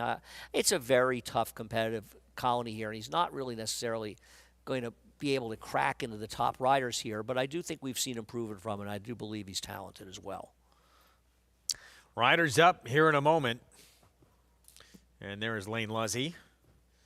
Going to hop aboard the 9 here in just a moment. Gets the outside post this afternoon on this 9-horse daughter of Central Banker. And there he is up in the irons. But 7-5 favorite, it's Moonlight Gal. Connections who won race 7 with a horse who now is on the radars. Maybe one of the top 3-year-olds. Certainly on the East Coast, maybe in the country. He's definitely a horse we want to keep our eye on. We'll see if he comes back in the Gotham. I imagine that our press office will probably talk to them and find out, but that was some performance by him. Wow. So here's his stablemate, Moonlight Gal. And, you know, she ran a 50 buyer in her last dirt race going a mile, and that was in October, so routinely she could run a number around 60 if she shows up, and she's going to beat this field probably. 10-1 Esther's Salad. Well, it is a trainer to one with a big price, first time Lasix last week, so maybe a little interesting, my 3rd choice. Instant Vision took money first time out, new barn now. Yes. I have no idea how this horse could be competitive. Jose Gomez on Sill's Pleasure. Probably not totally impossible in here, but I didn't think did that much running last time. Giant at Work, it's Christophe Clement. Showed some speed, could be in front in here, gets Lasix for the first time. First time starter and taking no money, Secret Fire. Yep. Probably not going to be contentious. 44-1. Tower 22. It's John Service and Lasix for Phillies. Hit the board a couple of times in 4 starts. Yeah, but I don't understand why this horse is the same price roughly as the 9. Doesn't the 9 look like a much more likely winner? There she is at 7-2. Well. And back to the 8. I don't know. This one did hit the board against Maiden Special. And that number's not that far off, is it? Yeah, I didn't like this horse's last couple races. Better horses, but I preferred the 9 a lot to this horse. Let's go down to Maggie. I kind of thought of a trivia here. George Weaver, the trainer of Vekoma. How many Vekomas has George Weaver started out of this freshman crop? Because he sends out another one here, looking to take the late double with progeny of Vekoma, and he'll send out your favorite number 1, Moonlight Gal, who to me just seems like a very one-pace type of runner. So I think it's up to Manny Franco from that rail position just to get her out of the gate, assume that early position, and see how far she can take them going the 7/8s. And I would, from what I can see, that's probably what he has in mind. Really aggressive warm-up. And a horse that came in, she was energetic, she was on her toes, so indicating that she's at least sharp. Now, looking at her, she doesn't look particularly turf meant, as her best race to date, as you guys pointed out, going a mile on the main track against Maiden Special Weight Company. I just wish she looked a touch stronger behind, would be my only complaint, because a horse that has taken money in her 2 starts that I think could be faster, I don't know, even though she hasn't really showed it, is number 4, Sills Pleasure. And typically horses who take that money do have a bit of early foot. She's just built that way. She's built like a horse that should have speed, but then again, when they look like they should have speed and they don't show it, then, well, they're just kind of slow. But she is getting a big warm up there from Jose Gomez, who picks up the ride here for Dave Donk, but just really solid, really well muscled overall. And it looks like Jose's trying to light a fire under her because, again, like the aforementioned one, I just think she's a bit one pace. Wherever you stick her early is probably where she's going to finish. Moving on to the outside to number 8, Tower 22. I had no problems with our preferred pal, but I just thought Tower 22 getting Lasix for the first time here, good coat overall, kind of fit in nicely with this group as she drops back down in class. I like the 7/8s for her. I'm going to give her a shot here. I don't think she should be too far out of it early on, which should give her a good chance at winning at 4-1. Greg? All right, Maggie, thank you. About to load up, 7-5 favorite, and we'll see if Manny Franco can complete a 4-win afternoon. Yeah. Listen, if this horse runs back, I think, to the dirt race or improves on it all, he's much the worst to beat in here. But I do think the horse on the outside, the number 9, is an overlay in here. Our preferred pal. I don't believe this horse should be that significantly higher in odds. And I'll probably be wrong, because the horses that I don't get, the team to take more money than I expect, they seem to run pretty well. I'm surprised to see the 8 and 9 at the same price in this race. But you seem to think that the 8 makes more sense than I do, and I respect that. And the morning line had them pretty much the same price, to be fair. Yeah, they're 5-1, 9-2, respectively. I guess he's dropping, but he's been at that level before. Or she has, excuse me. I'll get it eventually. Or not. Maybe the 2 will run well first time Lasix. Meanwhile, Christophe Clement's 5, Giant at Work. Is that just because it's Christophe Clement? I guess. Getting some money? Well, and the horse is probably going to be a bit forward in here, but she's not impossible, right? I mean, I don't. 12-1 really, morning line, 5-1 right now. I don't really like her. 5 seems a little short. Yes, I agree with that. See what happens here in this nightcap on this Friday card here from Aqueduct. 7-furlong sprint for these New York breds. Trying to get that first win of the career coming up, but 7-5 favorite again from the rail. George Weaver. Manny Franco won the last with Colloquial off that long time away. Son of Vacoma. Here's a daughter of Vacoma trying to bring Manny Franco a 4-win Friday afternoon. Let's go to Chris Griffin for the call. 8th and final. Our preferred pal, Lane Leslie, goes in. All set. And they're off. Our preferred pal's got early speed, so does Tower 22. 2 outside runners have the lead as they come out of the chute. There's Our Preferred Pal, who's in front. At the rail comes Moonlight Gal, is trying to keep up, is now a shared 2nd and 3rd, with Tower 22 out in the center of the racetrack. Behind them comes Sills Pleasure, who's there in 4th, and on the far outside comes Secret Fire, who's in 5th. The 3 at the back, that's Esther Salad with Instant Vision, and Giant at Work. 23 seconds flat for the opening quarter mile, and Our Preferred Pal is well out in front. In full pursuit there is Moonlight Gal, is sitting alone in 2nd. Now shoved along is Tower 22, who's holding 3rd. Giant at Work, and the Red Silks is splitting rivals with At the Rail. Sills Pleasure is now back to 5th in a 3-wide run. Here comes Secret Fire and Koa on the move as they're well into the far turn now. The rest with a lot of running to do. The 2 back markers are Esther Salad with Instant Vision. 47 and 4 for the half-mile time, and Our Preferred Pal is still there. But Moonlight Gal is catching with every stride as they approach a quarter mile left to go.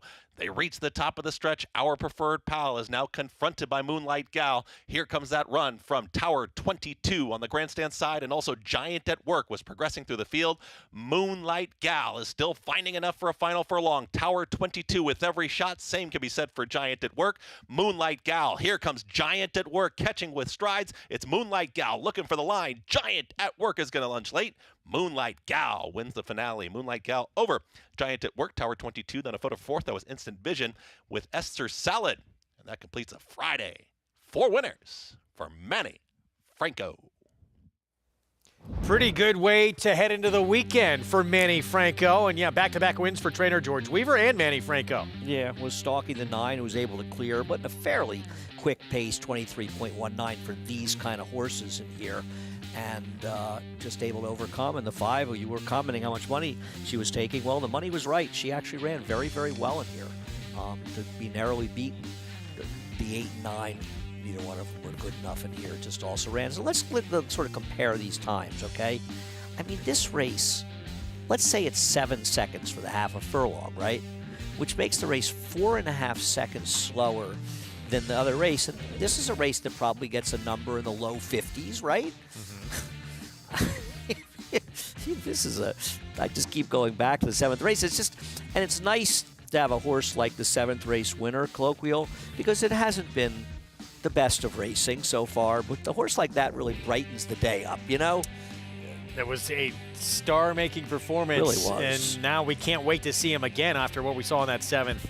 So yeah, just a card that didn't bring a lot of star power. But the 7th race looked good and it delivered. And, you know, we have seen some. We have seen. I mean, we've seen some very good horses break their maidens in the winter here. Cloud Computing breaking the maiden, winning the Preakness. But we've seen some very good horses break their maidens over the year during the winter. And Colloquial belongs in that group. His stablemate taking the finale here. They share a common sire, Vacoma.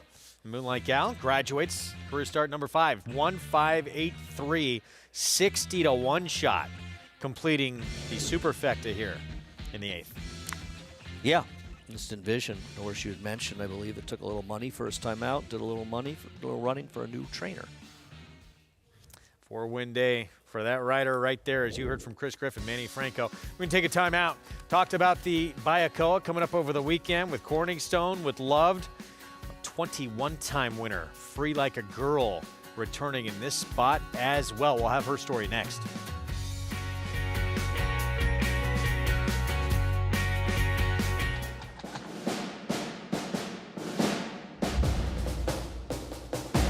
How magnificent was Full Count Felicia?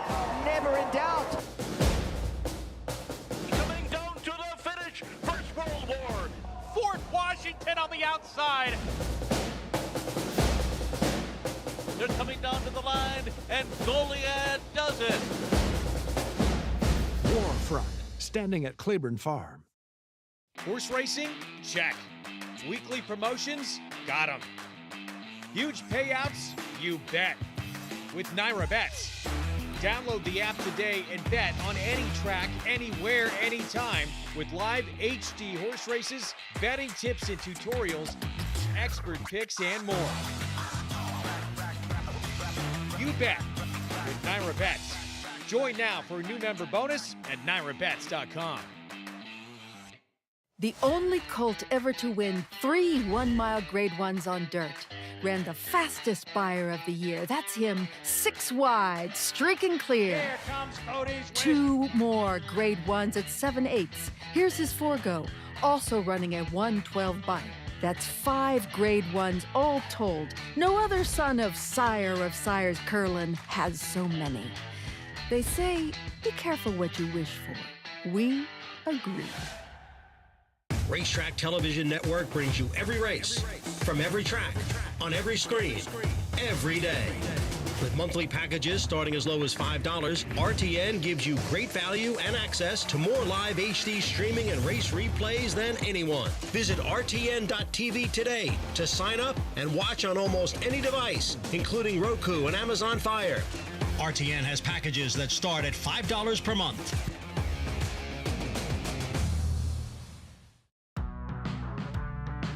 Back on our Friday coverage on Fox Sports 2, 4-win Friday. Manny Franco, Moonlight Gal, caps things off. Back-to-back wins for the barn of George Weaver, with Manny aboard for both as well. She graduates, career start number 5. She was properly spotted in this race. Yes. You know, when you win by a length or 3/4 of a length the way she did, she was properly spotted and she got the job done. Interestingly enough, the pick 6 paid less than the late pick 5. I think it was $380 for $1 with the pick 5, and it was $310 for $1 with the pick six, I believe. Wow. Yeah, pick six began. Willful Desire, Lena Rice. Is that horse favorite? 6-5. Okay. Oh, you know what happened? It's because the 7 was a late scratch in that race, and that horse was 8-5 late scratch. So the winner was probably closer to 4-5, I guess. Still, but still, it shouldn't be less. It did. See, pick 5 is $364. The pick 6 for $1. And it's $302. Tough game. Hopefully, you had it twice. What do you have to do that you need to leave? Secret mission. Unlike who's Chuck Barris. I'm a secret agent in my spare time. Okay. Andy leaving us. You'll be back tomorrow. I will. Maggie Wolfendale is going to step in from the cold, step up here on the desk with me. She'll take us the rest of the way. We got more coming up, including the feature at Oaklawn. Yeah, enjoy the rest of your evening. We'll see you tomorrow, Andy. Get back to Oaklawn when we return. Race 8 next. It's approaching the 7-minute mark to post. 6 furlong sprint ahead, and there's more than 5 major player.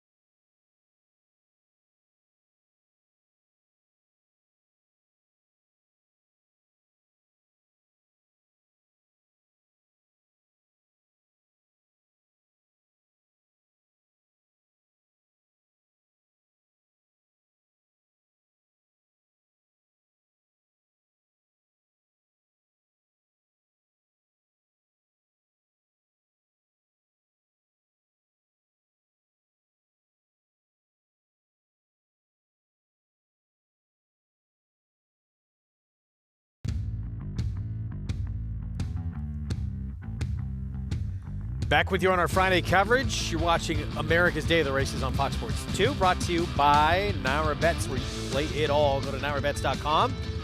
Bet any track, anywhere, anytime. Joining me on set, as promised, Maggie Wolfendale, as our near card in the books, but our feature is still to come at Oaklawn. Yeah, looking forward to it. Some of those 3-year-olds trying to, I would think, catapult themselves onto the Derby Trail. And, and looking to hear from Mig what he thinks. Yeah, he just, wow, he had a great selection. I should have listened to him and just purely on a hunch play, too, because of my daughter's name being Willow. Played Willow Creek Road. Shame on you. I know. Seriously. That one was hard to, on paper, it was very hard to find. So well done, Mig. Race 8, post parade coming up. Non-winners at 2 Life. claiming race, 3/4 of a mile the distance here. We're going to start in a second with Rewire from the inside one. Oh, no, we're not. We're going to start with a 2. Oh, hey. Redbird Nation, Tyler Bacon. Yeah, long shot here at 14-1, maybe taking a little bit of money. Hasn't run a race fast enough. We'll put blinkers on. There is Rewire. Yeah, it was the beaten favorite, tepid favorite last time out. Sat just off a 4-horse pace duel. Was wide there. A decent effort to build off of. That's a big price on him at 9-1. Favorite Mo Rum, been facing a little bit better. And turns back in distance here, I think, is probably the right call here. Third off the claim for Tom Amos. Greg Compton Barn taking over with the 4. This horse could show some speed off of the layoff, and that can make him a contender. Has one race, though, that would make him a winner. Oh, this was a major horse to contend with here, more than 5. Absolutely. I thought huge performance last time out against familiar foes in here was super game. Long time away for the 6 Barrel Thief. Yeah, he's going to have to come up with a race here now as a newly turned 4-year-old to make him competitive. Chick Command comes off a maiden claiming win. Could be a part of the pace, maybe figuring things out now. Doesn't look to have as quite an easy lead as he did last time. Steve Asmussen, his 2 sons aboard. Here's one of them with Air It Out, Keith. Finally gets back to a fast track after 2 wet ones in his previous, though running well on that surface. Very belated run up the rail last time out. Fastened, long shot at 28-1. Yeah, Fastened, part of that January 3rd race, running worst of any of them. And I thought Humor Me Now with a chance as well. Long time away, though. Eric Asmussen for Dad. And this will be one of the shortest distances he's ever run. Maybe this is just a starting point for coming in off of a, 10-month layoff? Favorite, though, Mig, it is Mo Rum. 2-1 on the board right now for our buddy Tom Amos. Yeah, Mo Rum, or in my case, no rum, makes a lot of sense. I just think, one of the things that makes Tom so successful is not only his horsemanship, but his management and just placing horses properly. Looks great, dappled out. Can't find anything negative to say about your favorite. I think sometimes the information that Maggie and I share, that what is helpful is when you don't like a favorite or you see something negative, I can't say anything but positive things about the 3 Mo Rum. The 5, more than 5, I like this horse quite a bit. I think this horse fits on paper, made a nice impression. The thing that troubles me about the 5, more than 5, is 17 starts, 1 win, 6 seconds, and beaten ahead, beaten a neck, beaten ahead. That's just not a winning profile to me. That's a horse that wants to run with horses, not past horses. The 8 horse, Air It Out, looks fantastic. Both of Steve Asmussen's runner here, the Humor Me Now, the 11, and the 8, Air It Out, could not look any better. I'm going to lean a little bit more on the 8, Air It Out. This horse did break his maiden for 12.5 here at Oaklawn, tried tougher at Houston, didn't break particularly well, but that's something that's a little bit of a concern. This horse has a tendency not to break extremely sharp and hopefully does not get shuffled back. But if this horse can break a little bit cleaner, which he did 2 starts back when he did break his maiden, I think will be very competitive here. And a horse that I would be remiss not to mention, guys, at a big price that kind of checked the boxes from a physical, is the 1, Rewire. I don't know how Maggie feels, and I'm really interested to get your opinion, Maggie. It's always a little harder for me to kind of discern a gray horse's coat, how rich and hydrated they look, but not with this horse. This horse is just radiating good overall health and got a good hydrated look. And at 10-1, I think this horse will outrun his odds. Mig, that's good to hear. As a horse that I thought was a player that's getting completely ignored on the board, Greg, I'm glad he looks completes a physical picture too.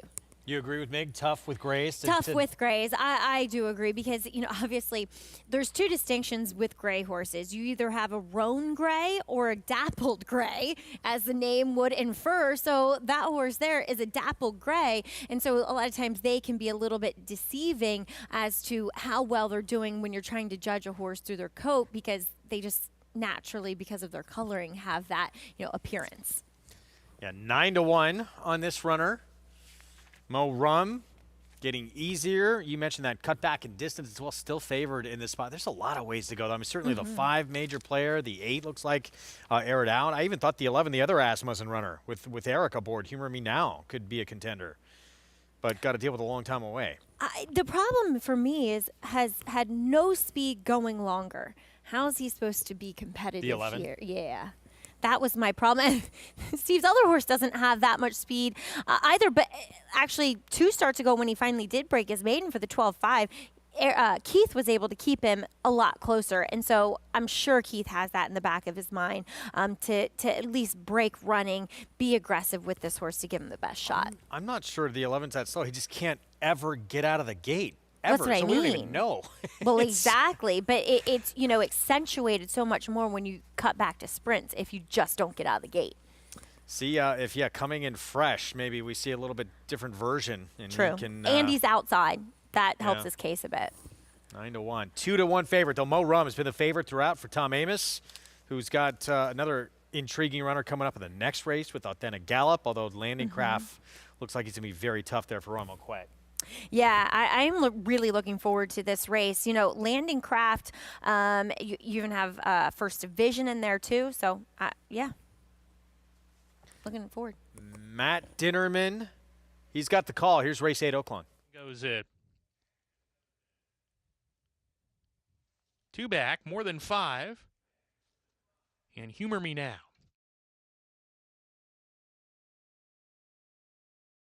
Humor Me Now to the outside post. We're ready to go. And we're off. Uneventful start. Smackzilla on the lead today. Cloud Without Rain is flashing forward to take a head lead. On Smackzilla, between horses, Chick Commands there, not far off as well. Then comes Mo Rum on a strong hold here. He's very keen to go on. Mo Rum behind the pace. Redbird Nation to his inside. There's a gap of 2 to Rewire. And then comes Air It Out, who's 3 deep. Barrel Thief between them. Another 2 to more than 5. Then Fastened, who's second to last. And Humor Me Now is the trailer as the 11 runners hit the far turn run. Cloud Without Rain is the pacemaker by a half length, now a neck. Chick Command turning up the heat as they round the far turn. They open up 3 on Mo Rum, who's outside out of harm's way, sent along from that 3rd position. Redbird Nation still in 4th on the rail. Rewire being asked to go. He's in about the 3 path, 5 off the pace. Smackzilla losing ground, and then comes Air It Out to the far outside, needs to get going as they come down the lane. Cloud Without Rain, Chick Command right together for the final furlong. Mo Rum about to join the party on the far outside. He's charging, grinding away, but he's getting close to Mo Rum to the lead. Mo Rum 16th to go is taken over. Air It Out coming on late with more than 5. It's still Mo Rum. Mo Rum wins it. Air It Out second. 3rd was more than 5, and then Rewire. Tom Amoss barn, it's Mo Rum's 2nd win, 12 career starts. Getting a little bit easier company here and rolling late. Yeah, you said it, Craig. It was all about the company you keep today for Mo Rum. 2 back facing Attaché, and just tougher company here. Was able to get that nice cushy spot behind the 2-horse pace stool and delivered, and able to hold off a hard charging number 8 in here for the Asmussen barn. Air It Out. So Mo Rum, Tom claimed this one off of Steve Asmussen at Churchill back in November for $50,000. Gets the victory here. And we'll have the prices when we come back. We're going to take a timeout. We're going to talk stakes action this weekend. Triple Crown Trail. Things picking back up out in Tampa Bay. John Hancock. 1 start, it was an impressive win for Brad Cox, and now a lot being asked for start number 2. At the Keeneland September yearling sale, the premier thoroughbred auction venue in the world, Mandy Pope of Whisper Hill Farm signed the ticket on the $5 million sale topper by Curlin, bred by Stone Street Thoroughbred Holdings. He was one of $5 million plus yearlings by Curlin to sell. No fewer than 55 of his yearlings fell to the auction gavel, averaging nearly $600,000, making Curlin the #1 sire of yearlings in 2024. Curlin, the classic sire. It's America's original sport, and no one covers it better than americasbestracing.net. From the sport to the lifestyle, the best races, horses, and destination venues, cocktails, gambling, fashion, and more. americasbestracing.net is a sport for you.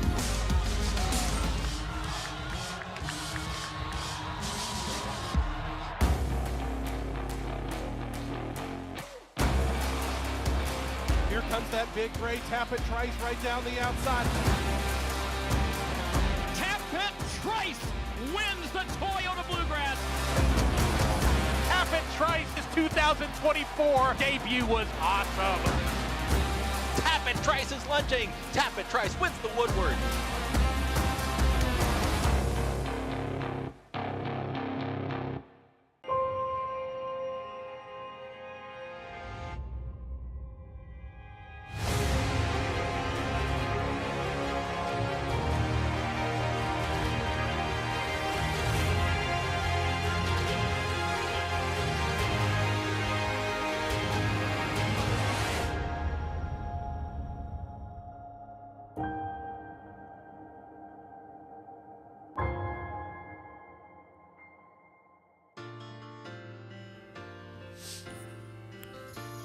Back with you on our Friday coverage on Fox Sports 2. Watching America's Day at the Races. Tom Amos first. He's there. Tom, look at that. Whoa. Didn't expect him to be on site there in Hot Springs. Mo Rum gets the win for him. Again, one he claimed just a few starts ago. That's exciting to see Tom in the winter. So do you think he's going to do the bell? We should text him. Tom, you've got to ring the bell, or at least get Mick to do it. Yeah, we don't often see Tom there. At Oaklawn, he generally stays in his native Louisiana down at Fairgrounds, rightfully so. Fairgrounds is a lot of fun. Oaklawn's a lot of fun. I do love Fairgrounds too, though. So, equally fun places. Good for Tom. And yeah, Mo, he was on it. Here it is. He gave it a ring. We'll see if we can show you that video. But yeah, Tom giving some money to retired thoroughbred. Well done. Yeah, it's great. And Mo Rum delivering as the favorite there over Aerodal. A pretty formful finish to the 8th at Oaklawn. $6 for the win. What was he up to in the winner's circle? Slow motion ring. There we go. Tom Amos, well done for a great cause. Yeah. Cross country pick 5 follow along every time that bell rings. Helping out Arkansas bred retired runners. Cross country pick 5 follow along, $512 coming back with an incredibly formful run of those 5. Yeah. That's I would pretty say a lot good. of people. Yeah, exactly. It's always good. All right, we move on to race 9.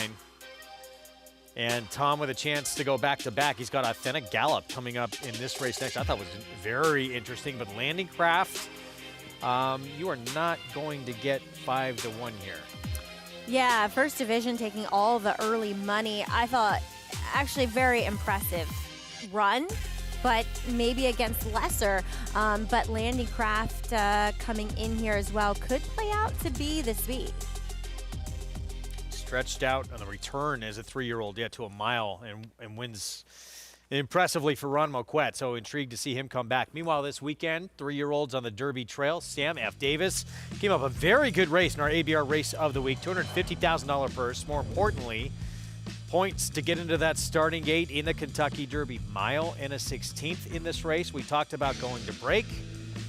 John Hancock for trainer Brad Cox. First time out. Favored. Sprinting at 6 furlongs on this track. And won by 3 lengths. Look,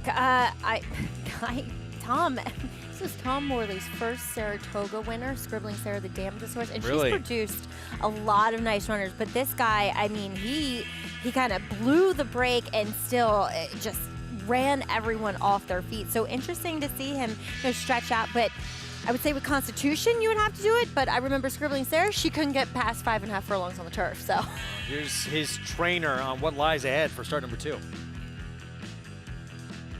We've always thought he was a horse that would stretch a bit, bred to. So, big step up to a grade 3 off just a maiden victory. But, he's trained well since. He had a really good breeze here Saturday morning and excited about giving him a chance going 2 turns. We just need to get him started.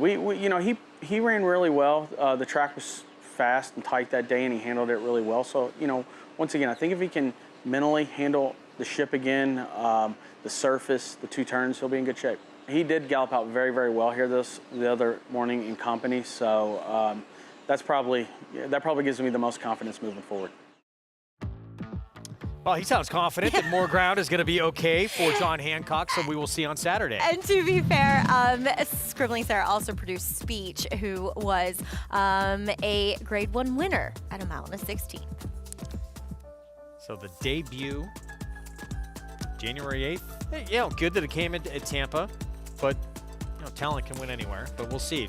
To win with not breaking terrific, and to win this easily.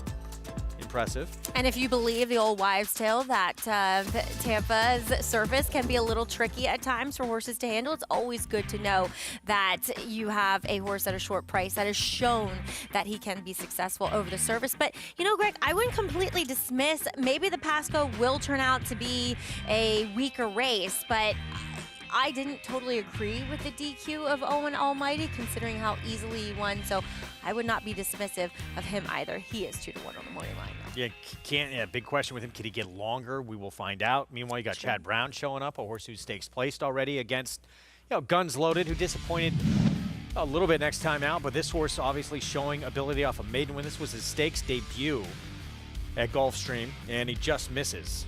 Yeah, he did hint at a horse that, wants to grind it out, wants to go longer. So, as you said, this will be his first try around 2 turns. Kind of has that big loping action, right?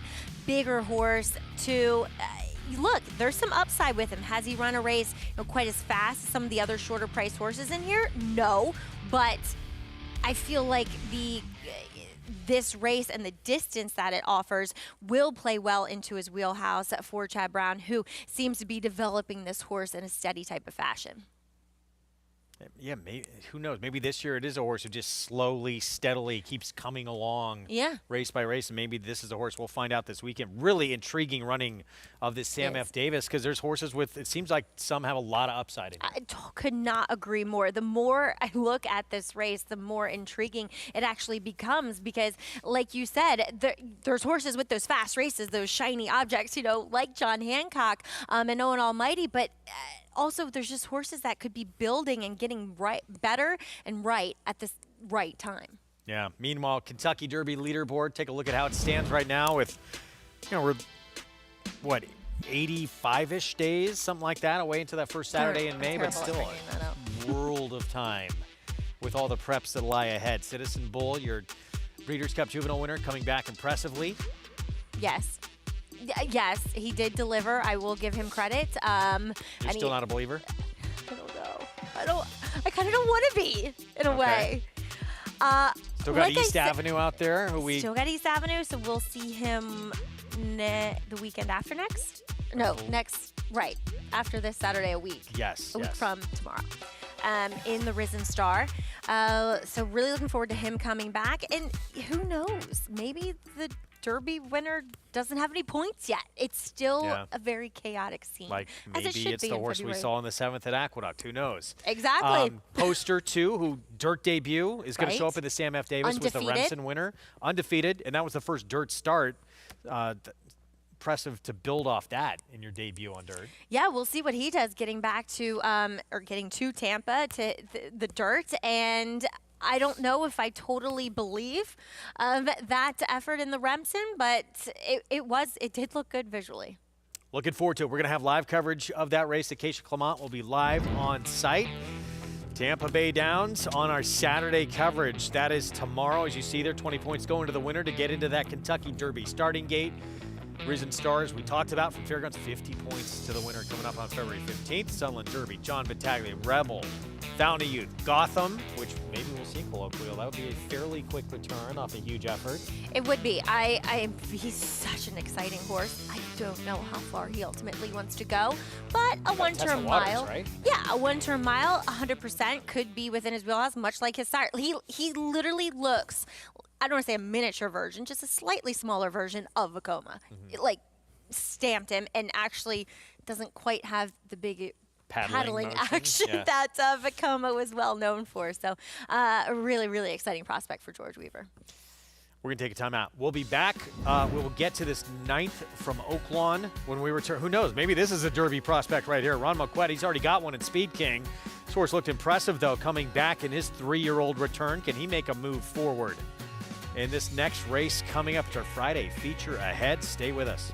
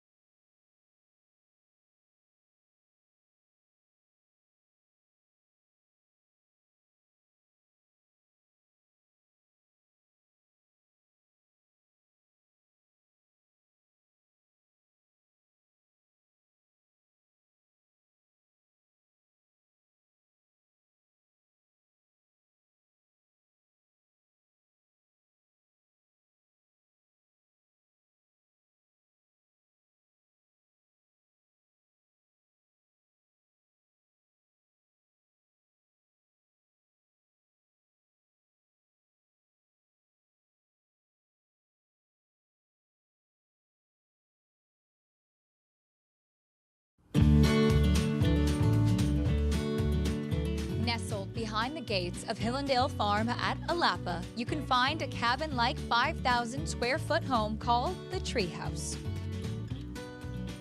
It's a new one-of-a-kind getaway destination located in the heart of horse country.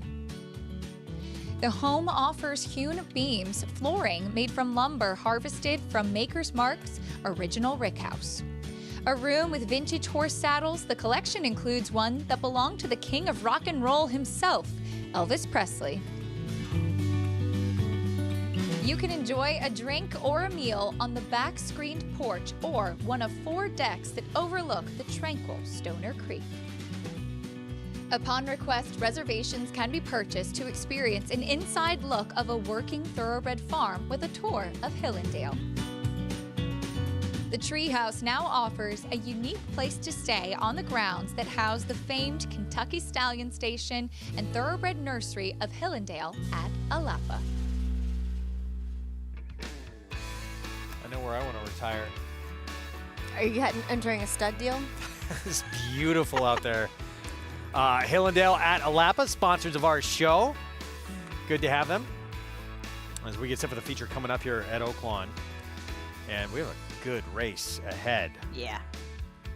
First division. What do you think of this Ken McPeak runner stretching out, start number 2? Didn't get some massive figure in the debut, but the big favorite right now. What I will say is that the horses that finished 2nd and 3rd, they ran 1-2 around the racetrack, where this guy was completely out sprinted. We'll check it out back on January 18th, and just weaved in and out of horses and won virtually under wraps. I know it by a half a length, but Julian didn't ask him for that much. There he is. He's going to cut to the inside. He's the 12 horse. Black and White Silks has to steady slightly there. He's still virtually under a hand ride. He may have asked him once with the crop here, but once he gets outside the 5, he's going to kick it into another gear here, Greg. And it just felt like he was hitting his best strides late, so therefore stretch out in distance warranted. See what happens. Start number 2, he's a 7-5 favorite. Meanwhile, Landing Craft, Ron Moquette, gate to wire win in a 3-year-old debut, going a mile distance. He's been working fast. But where did it come from? Is he a horse that needs Lasix? Did Ron Moquette figure something out that Brad Cox couldn't? Because he was 15-1 off of abysmal efforts in his first 2 at Churchill for Brad Cox. And then he adds Lasix. He gets to the lead going 2 turns for the first time and wins rather impressively here. Just got to the front, never looked back, keeps on going. Yeah, we'll see what we get here. I mean, certainly just if they have some talent and you're with Brad Cox, they're usually going to show it. And this horse just did not the first 2 starts. And honestly, so both Landy Craft and First Division breaking their maidens against restricted maiden special weight company or optional allowance company, the argument could be made that Authentic Gallop has maybe faced some of the better horses. Yeah, you can probably say that, right? Here's McDude. John Ortiz barn gets Lasix. Yeah, the first time, and has faced some nice ones, including Sandman and Smokin' Wicked. Here's the meet's leading rider, Christian Torres. Coming out of the same race as McDude, really showed nothing, though, but is second off the bench. A Sandman last time out. Capo Luca, 10-1. He just ran 2 weeks ago, and I was there, wired by Brodier, like everyone else in that January 26th race. So here is Landicraft, a massive turnaround moving to the Ron Moquette barn. And he looks as though he could be loose again here, Greg, which makes him very dangerous. Here's the Tom Amos runner. Blinkers come off. Right. So how much speed do we get from Authentic Gallop to probably challenge Landing Craft? And First Division, still the 8-5 favorite, made up all that ground. The final, 100 yards? Yeah, I'm excited to see what this guy does stretching out in distance here for Ken McPeak. Like I said, the race didn't fall apart, and he was the only one, really running at the end. Nice claim, nice win in the last race for the man standing by with Ming. He's got a big chance in the race coming up as well. Yeah, look who I found. Our friend and colleague, Tom. Nice win in the last race, but you got Authentic Gallop here. And I am struck with what a good-looking horse this is. He is. He's very good-looking. He's a very good workhorse in the mornings. He has not put it together in the afternoons. He doesn't understand competition yet. For young horses, sometimes experience is the best teacher. We do a lot to try to help him be competitive, make him finish in works, things like that. The blinkers come off today. The idea is to give him a target today, not be on the lead like we were last time. Give him something to run at. We hope that makes a difference. That's what we've been trying to teach him. So he's a horse with natural speed, but you would like to see that target. I would. I think Moquette's horse, I'm not looking at the numbers, but I think Moquette's horse is the probable target, and maybe us laying off of him and trying to catch him at the end. Tom, you're having a terrific meet at Fairgrounds, a good meet here at Oaklawn. How difficult is it when you got 2 divisions and kind of keeping your finger on the pulse of everything? It's very hard. I don't know how the big guys do it. It takes a lot of hours. I always tell people it's like growing a garden. You got to tend that garden every day. Got to water it. You got to pull the weeds. You miss one day of that, and things go to shit. Well, you're staying on top of it, obviously. I should say manure for the garden, right? Fertilizer. Yeah. Well, we got plenty of that, especially around here. Hey, Tom, one thing, though, I was noticing with this horse, he just got a big way of going about him, even watching him gallop off. So ideally the trip would be laying second or third in the clear? Yeah. The idea would be to do that and to see him understand a little bit better about what racing's about. I mean, he's done well, but to take the next step, he needs to get an idea of what competition is. And we think that's coming. We'd love it to be today. Tom, thank you so much. Appreciate it, guys. Made my job easy. I think Tom might have a future on TV as well. Yeah, tell him thanks for the fine from the FCC. Well done, Tom. We'll see Authentic Gallop here, 4-1 on the 5. And interesting because he's got sprint speed, this horse, that but he says he wants to rate him today. I know. So good luck. It's one thing if you have proverbial cheap speed that is projected to go to the lead and you want your horse to learn to rate to have a target. Problem is that the horse who has speed is a legitimate player at 2-1 in number 4 Landing Craft, who just blew away a field by doing just that. So good luck trying to play that horse's game and reel him in. Guy, isn't he? Who, Authentic Gallop? Yeah. I was really disappointed in him first time out. I picked him. I was in love with him in the paddock at Saratoga, and he just stopped that day. So then it took him, 5 more tries to break his maiden? Anyway.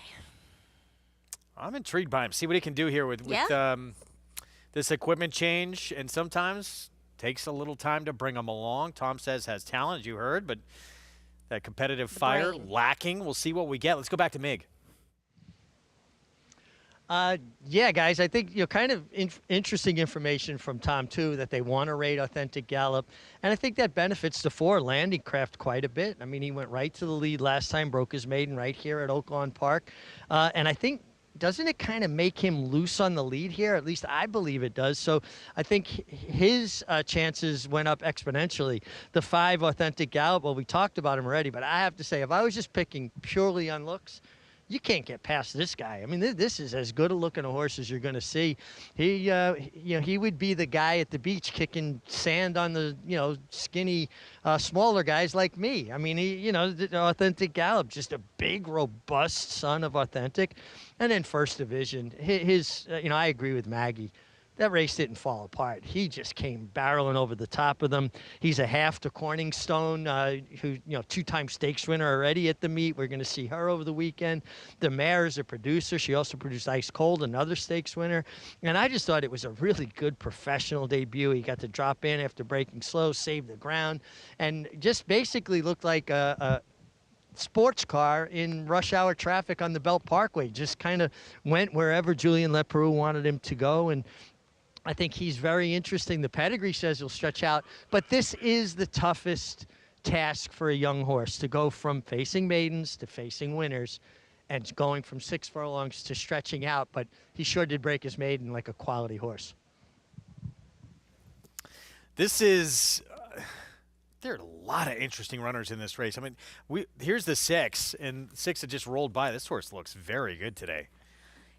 Mig brought up a fascinating point with regards to pedigree, in that this horse is half to Corningstone, Greg. Yeah. Both of those horses selling at different sales, but back in 2024, so horses of racing age sales, he sold at the Fasig-Tipton digital sale for $15,000 back in July, whereas Corningstone sold for $275,000.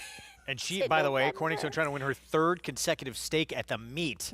On our coverage tomorrow on the Bayakoa, grade 3. Yeah, looking forward to her. That's an interesting race. I mean, she's just gotten so good right now. Took a little step back when it comes to speed figures last time out in the Pippin, but she's going to have to, take on a horse like Free Like a Girl, who I think we're all fans of. Oh, my gosh. Yeah, Right. we're going to have more on that story coming up a little bit in the show. She's a 21-time winner. I had to double check it. I couldn't believe it. All-time leading Louisiana-bred earner of all time. Love it. She has been beaten in her last 2, though, against Louisiana. Or sorry, that wasn't the Houston Leads Classic. Wasn't against Louisiana Reds. But the start before that, she was beaten. But sometimes I wonder if they just get a little bit more fickle in their old age. And she's like, I just want 2 turns, guys. So she'll get it tomorrow. Meanwhile, this 6, I mean, it's not always you see closing sprinters love more ground, but from what you're seeing from her, what do you think? First Division. Screen, I know you're not there. I know, but just right. I'm not seeing a horse that is particularly lanky or particularly short coupled. I'm just seeing an athlete overall, and what sometimes I base things on is, how are they finishing up those sprint races? Do they have a bigger stride? And he definitely does. It's even as we showed you that race replay of that debut, I still couldn't believe. I was on the air when it happened. I'm like, well, he's going to get there again? Yep. It was remarkable. So excited to see what happens here at start number 2 on the stretch out.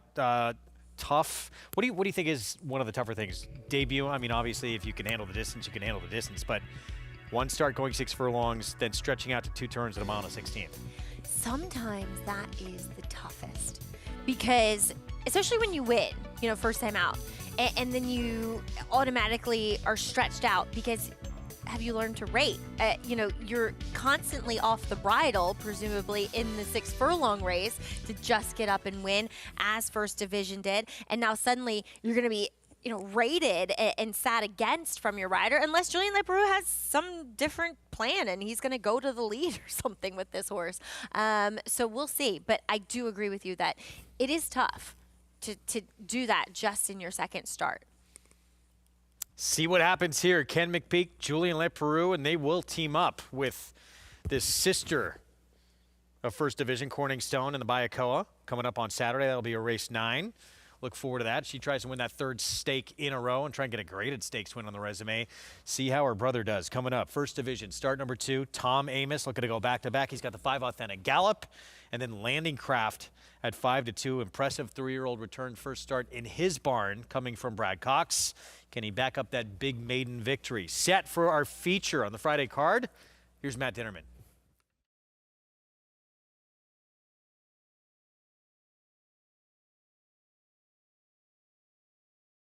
Authentic Gallop goes into the gate and First Division to the outside post.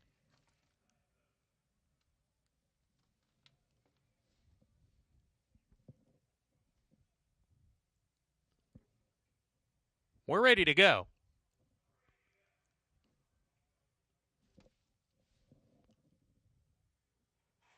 And they're off.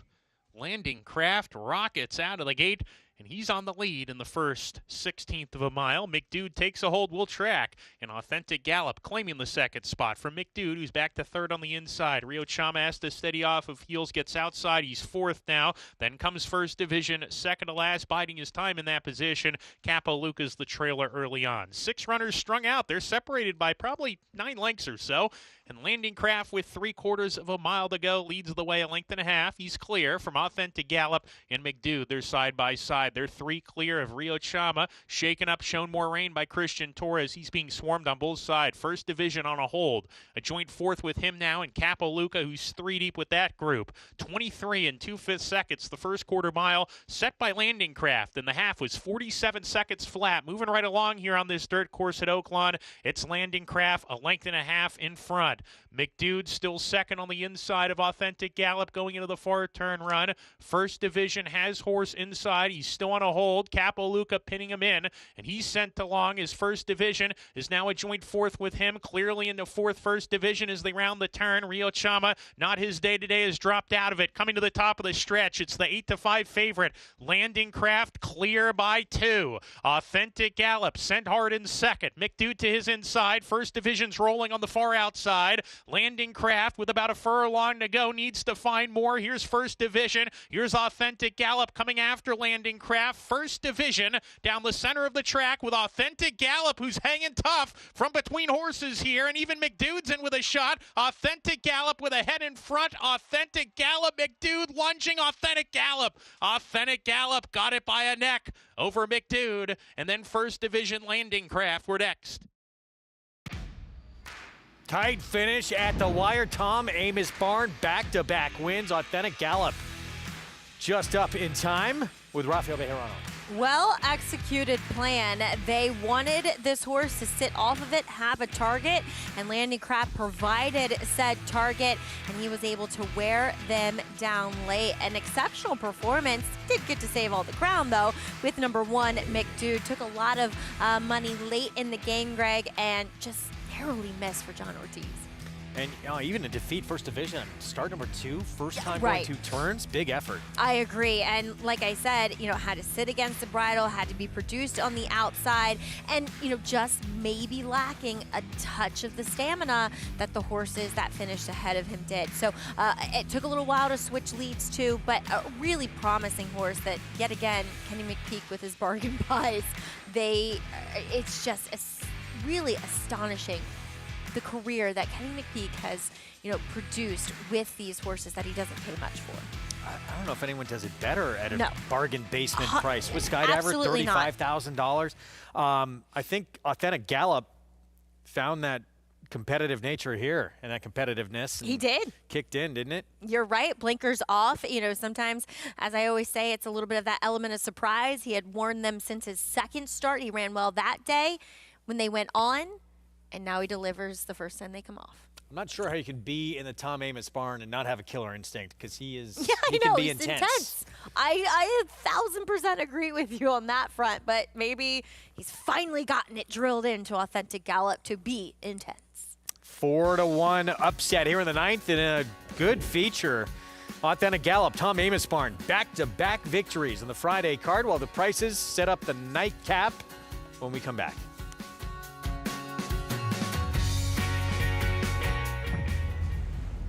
History remembers moments of extraordinary strength, skill, and determination. True greatness is forged by those who fulfill their destiny.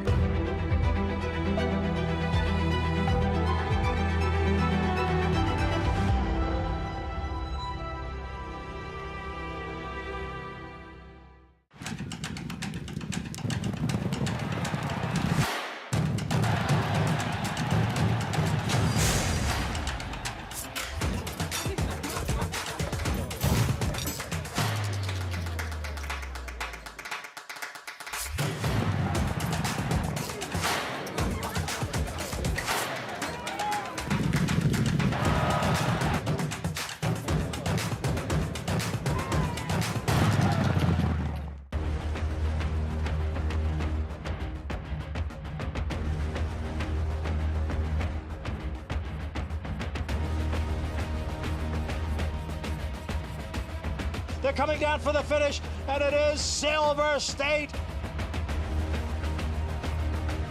50-60, 250-60, now 60, 260 mark, 260,000. Grade 1 winner Silver State, standing at Claiborne Farm. Get into the game with Bond Racing Stable. When you partner with Bond Racing Stable, the Bond team does all the work and you enjoy the experience. As a partner, you can watch morning workouts, come to the paddock for saddling, and cheer your horse down the stretch. Bond Racing Stable offers more than 30 New York-bred weanlings, yearlings, and 2-year-olds in a partnership program that gets you to the winner's circle. Whether on your own or with friends and family, make Bond Racing Stable your racing partners. Go to jamesbondracing.com today. Tom Amos barn going back-to-back Authentic Gallop. Said he lacked a little bit that competitive nature. He found that fire today as he goes between horses for the victory late to get up for the win. Second win of this 3-year-old's career. Pays $10.40. Let's go to Mig. Guys, always nice when a plan goes as wanted and as planned, or executed as planned. Is that the way I should say it? Authentic Gallop. But Tom, you had to be a little concerned. Midway around the front turn, it almost looks like he's running with the emergency brake on. Yeah, he doesn't get it quite yet. But, the race set up like we thought. The lone speed was the 4. We gave him a target. And, about halfway down the stretch, I really thought the horse outside of Authentic Gallop was going to blow by him. He caught that horse's eye, and, he got competitive again. And a lot can be said for the ride. I mean, Rafael Bejarano really rode him well down the stretch, really got the most out of our horse.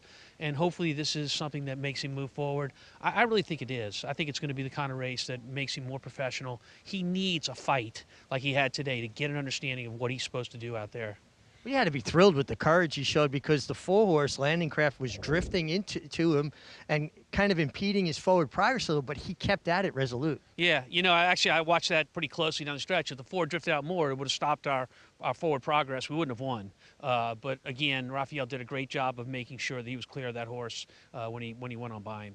So it's pretty clear now why you're here and not New Orleans, where they're preparing for the Super Bowl, because you're 2 for 3 today. Yeah, I'll be back in due time. I plan to be back in New Orleans for the Super Bowl. I may not be there, but I'll partake in all the fun. Tom, thank you so much for making my job a lot easier. Look, Mig, you and me, man. Anytime, any place. I'm your wingman. Thanks so much, guys. Highest percentage of any trainer in the top 10. And, yeah, you know Tom Amon's not going to let a Super Bowl happen in his city without being there. Absolutely not. I mean, they've been celebrating now, I think, for 2 weeks now, leading up to the Super Bowl, and Mardi Gras just on the cusp of that, too. I've been getting videos of Mardi Gras parades already happening. And shall I wait to get your pick till Saturday? I'm a little tired of the Chiefs. I'm not going to lie. Although I can't really warm up to the Eagles. So like you said, I'm just going to watch for the commercials. Watch and enjoy. We still have the nightcap to come. Big race coming up tomorrow. Grade 3 Bayakoa, which we'll talk about in just a moment. This is where we're going to close out the Friday action, though. 6 furlongs, condition $12,000 claiming race. 4-year-olds and up who have not won 3 or have not won a race since July 7th.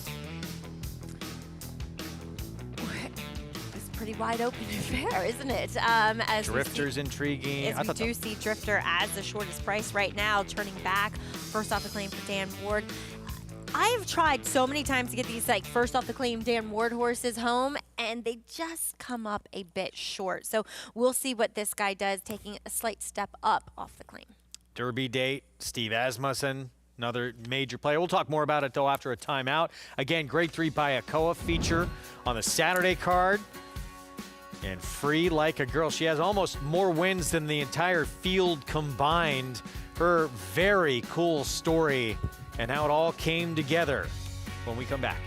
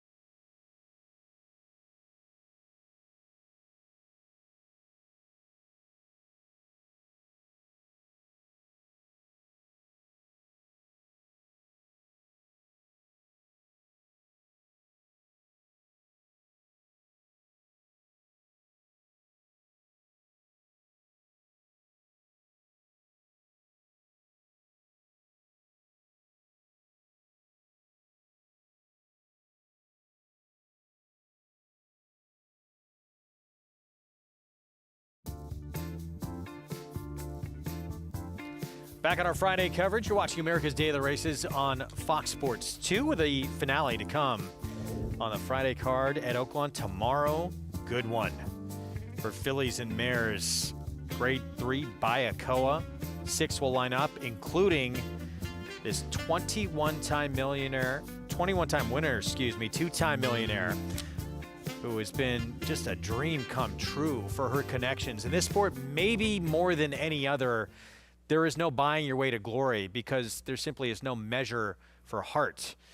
For Chassie Pommier and daughter Avery, They took a chance on a filly for a few $1,000s, which was more than they wanted to spend. It turned out to be the best money they could have ever imagined. We had her older brother. We broke and trained him. We actually broke the track record going 2.5 with him in Louisiana. So when it came time for her the next year to come up to the yearling sale, we went and looked at her, and we kind of knew we wanted to get her. We liked her brother. Budget was like $5,000. We got the $5,000 on the bid. We didn't have the bid. We were the underbidder, and Dad looks at me and goes, well, you know, she shows up to be something one day, you'll kick yourself. Offer 55, go from there. Dad and the other partner were already partners, so we were trying to figure out if we wanted a piece or not. And my daughter had a show pony that the original owner, Mr. Bruno, had given her. It was absolutely amazing. She was making him a jumper, and he colicked on us. We did surgery, and so Mr. Gerald, being who he is, and he's been a family friend, offered her $1,000 or a piece of the filly, and my kid, being game as she is, wanted the piece of the filly, and she's been along for the ride ever since. She's my first racehorse, and I technically have another one, but she's like my heart one, because I saw her and just instantly fell in love. Watching her race is really cool, but I get really nervous, because when she's in the gate, I hold my breath, and then when she gets out, I like finally breathe, and in the home stretch, I'm like just trying not to just faint, because I'm not holding my breath at all. She's just amazing. Free like a girl trying to tag her, free like a girl, all racehorse. She is the queen of the barn. I mean, she's been a blessing, amazing. She's definitely routine-based, and she just loves her job. And we love watching her just because she goes out there every day and does what she wants to do and loves it.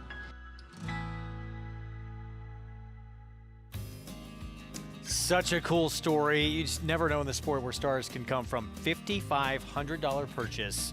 She's won over $2.1 million and won 21 of 47 starts. It's just incredible.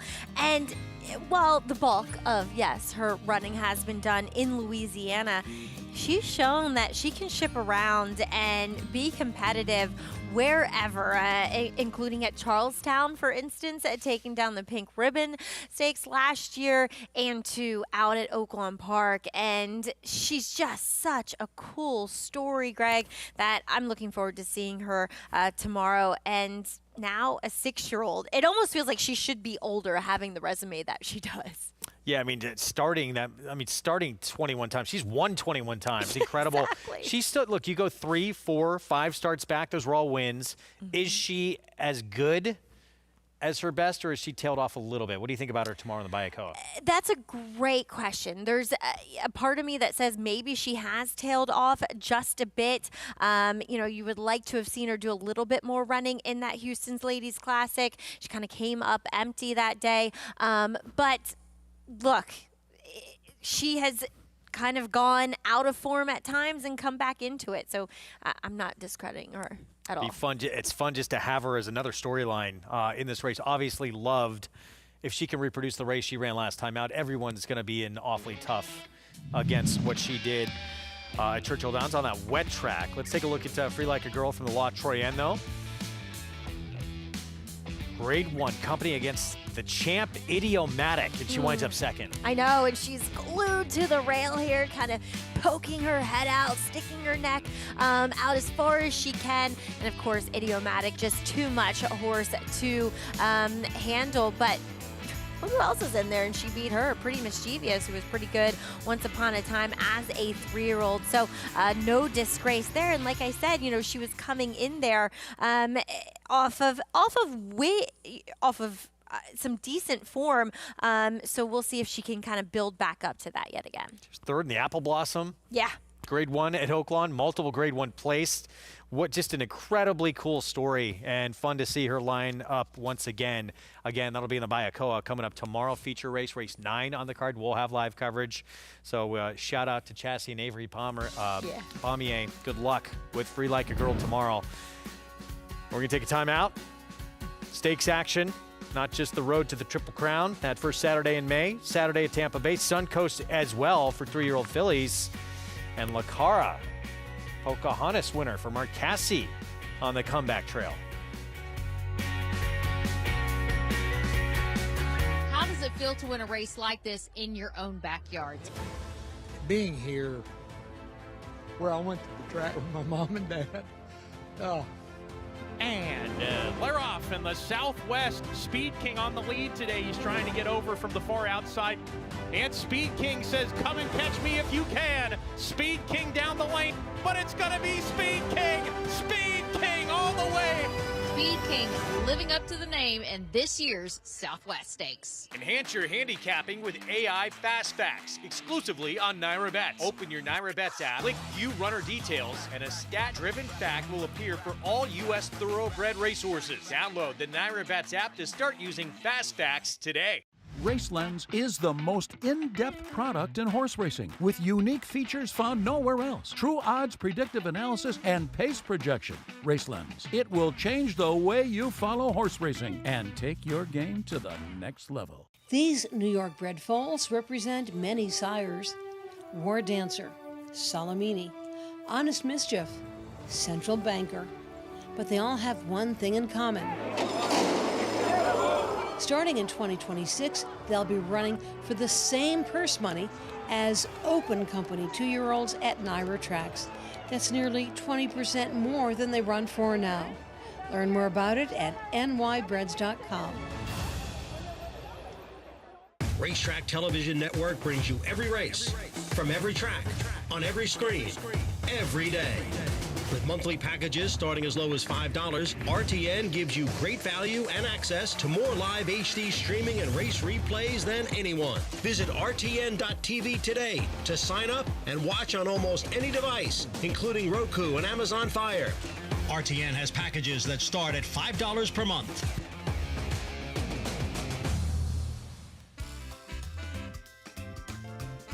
Back with you, lurking at Tampa, as usual, Gaspar. I want to call him Gasparilla, but yeah, anyway. That's one of their stakes races, isn't it? He just Yes, dropped his that's head what down. I'm saying. And I told you that Massive. he did come onto the track Terrifying. during the running of a race once, a few years ago. Yeah, that's terrifying. Yeah. Everyone's Did the okay, horses though. have to jump him? I'm not sure. I would not want to be in that situation. Suncoast, 3-year-old fillies on the road to the Kentucky Oaks, mile and 40 yards. And we talked going to break about Lacara. Going to make her comeback for trainer Mark Casse, winner of the Pocahontas, who struggled, obviously, in that Breeders' Cup Juvenile Fillies. We'll see what she does coming back in her 3-year-old debut. Yeah, I know. And maybe we just want to. Maybe she just needed a break. She had put in a fairly comprehensive schedule leading up to that Breeders' Cup Juvenile Fillies. She took 4 tries to break through and break her maiden, but when she did up at Saratoga, it was pretty impressive, I thought, and she complimented with this win here in the Pocahontas. We'll see how she does coming back, and there's no doubt about it. It feels like everything at any track for Mark Casse is running very well at the moment. Yeah. Like Sandman. Yep. Missed the break, had that big finish.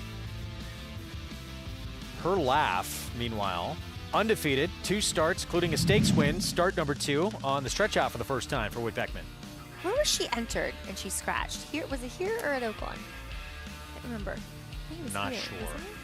And it was at Oaklawn. It was in the race fantasy, something like that. Bless you. It's okay. You can let it out. It's natural to sneeze, man. But Her Laugh will come back here and provide some pace in this race as she does come off the back of that untappable win.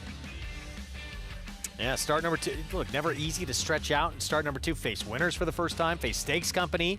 She answered all those questions, but step by step, it gets tougher on that road if you want to get to these big races, these classics here, and see what Her Laugh can do in start number 3.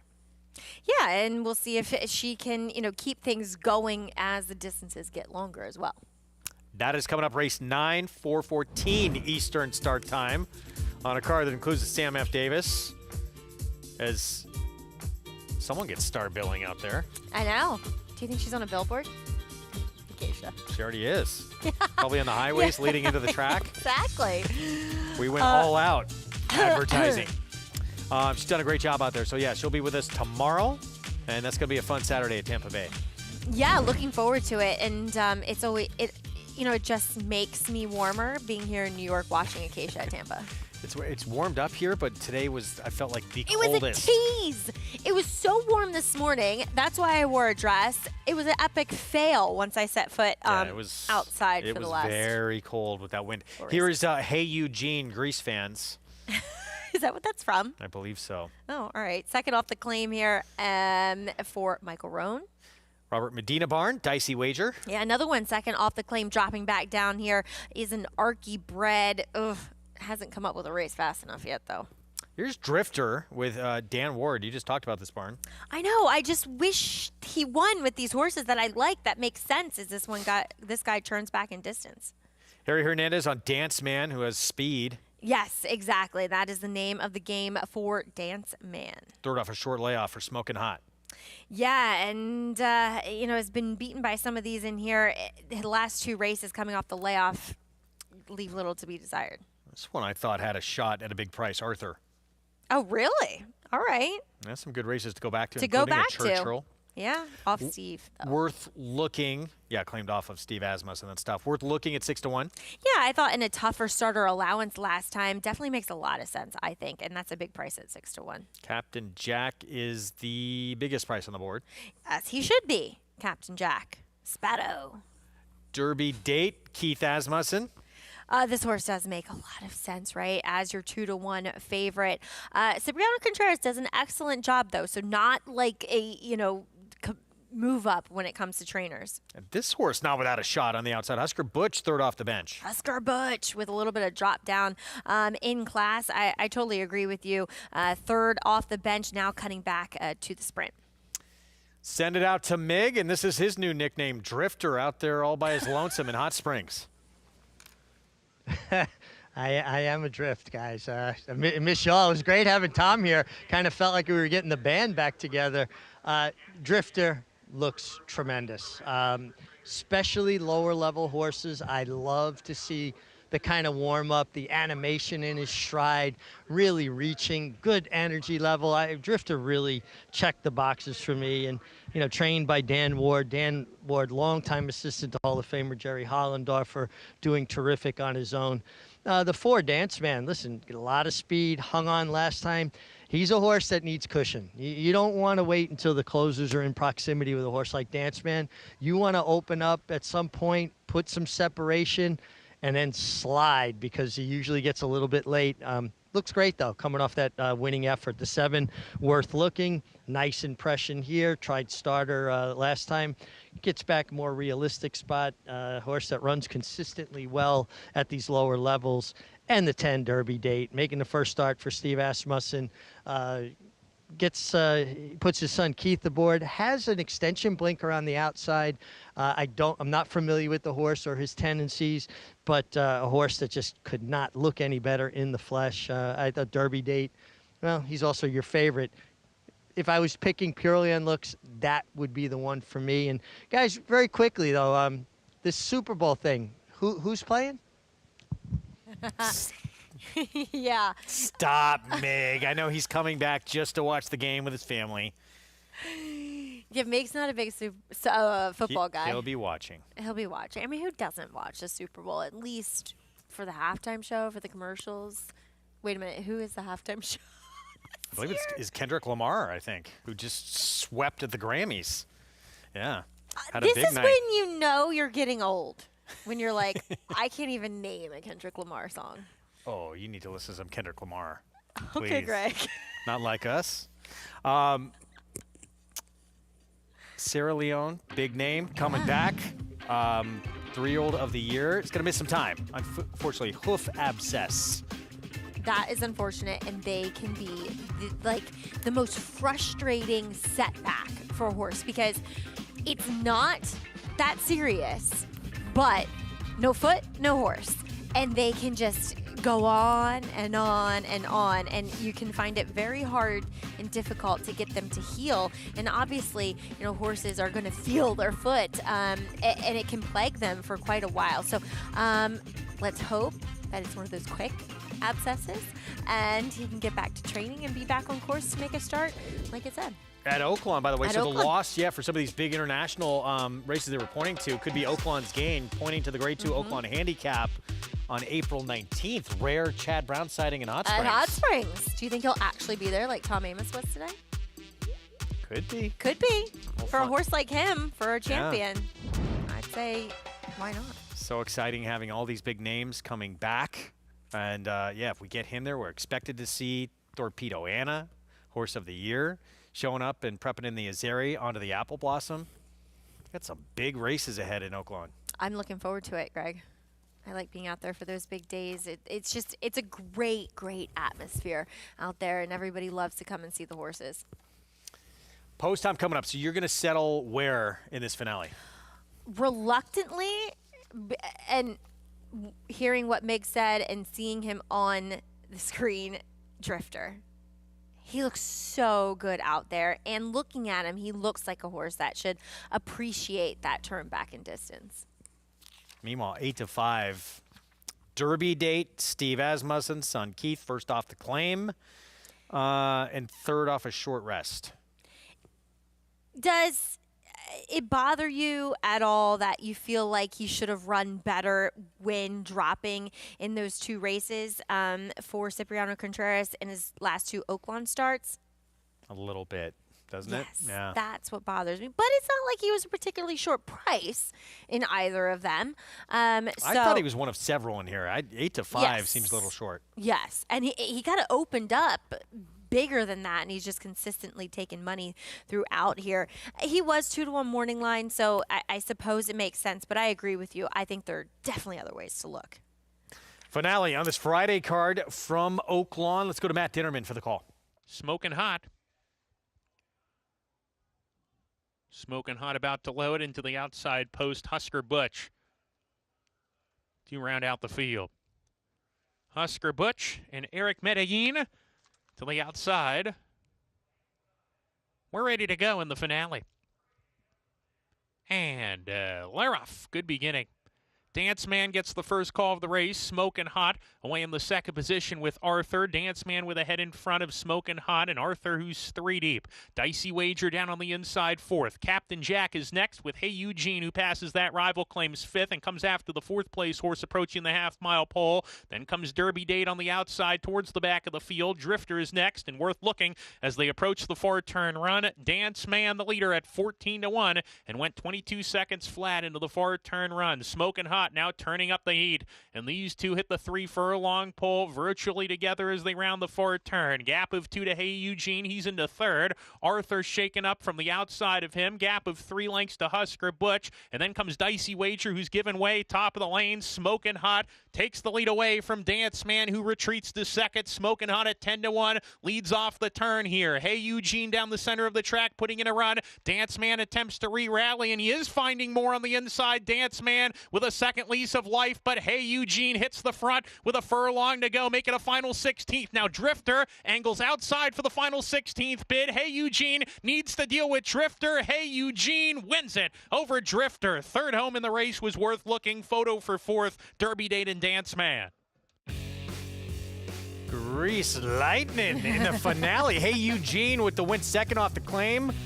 Francisco Arrieta aboard for the win. Yes, like you said, for Michael Roan here, he would not be denied. Drifter tried to make a late lunge, just couldn't get there in time, though. 6th win with 3 runner-ups, too, now in 18 starts. Pretty consistent runner. Has a nose for that wire. Gets the job done to close things out. That's it for us today. We're back tomorrow.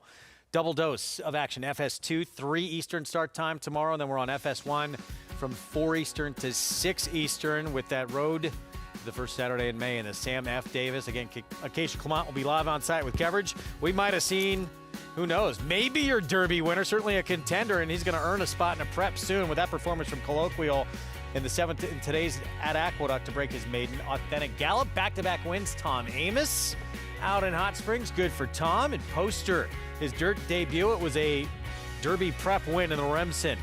What will he bring us in his 3-year-old debut coming up on Saturday? We'll see you tomorrow.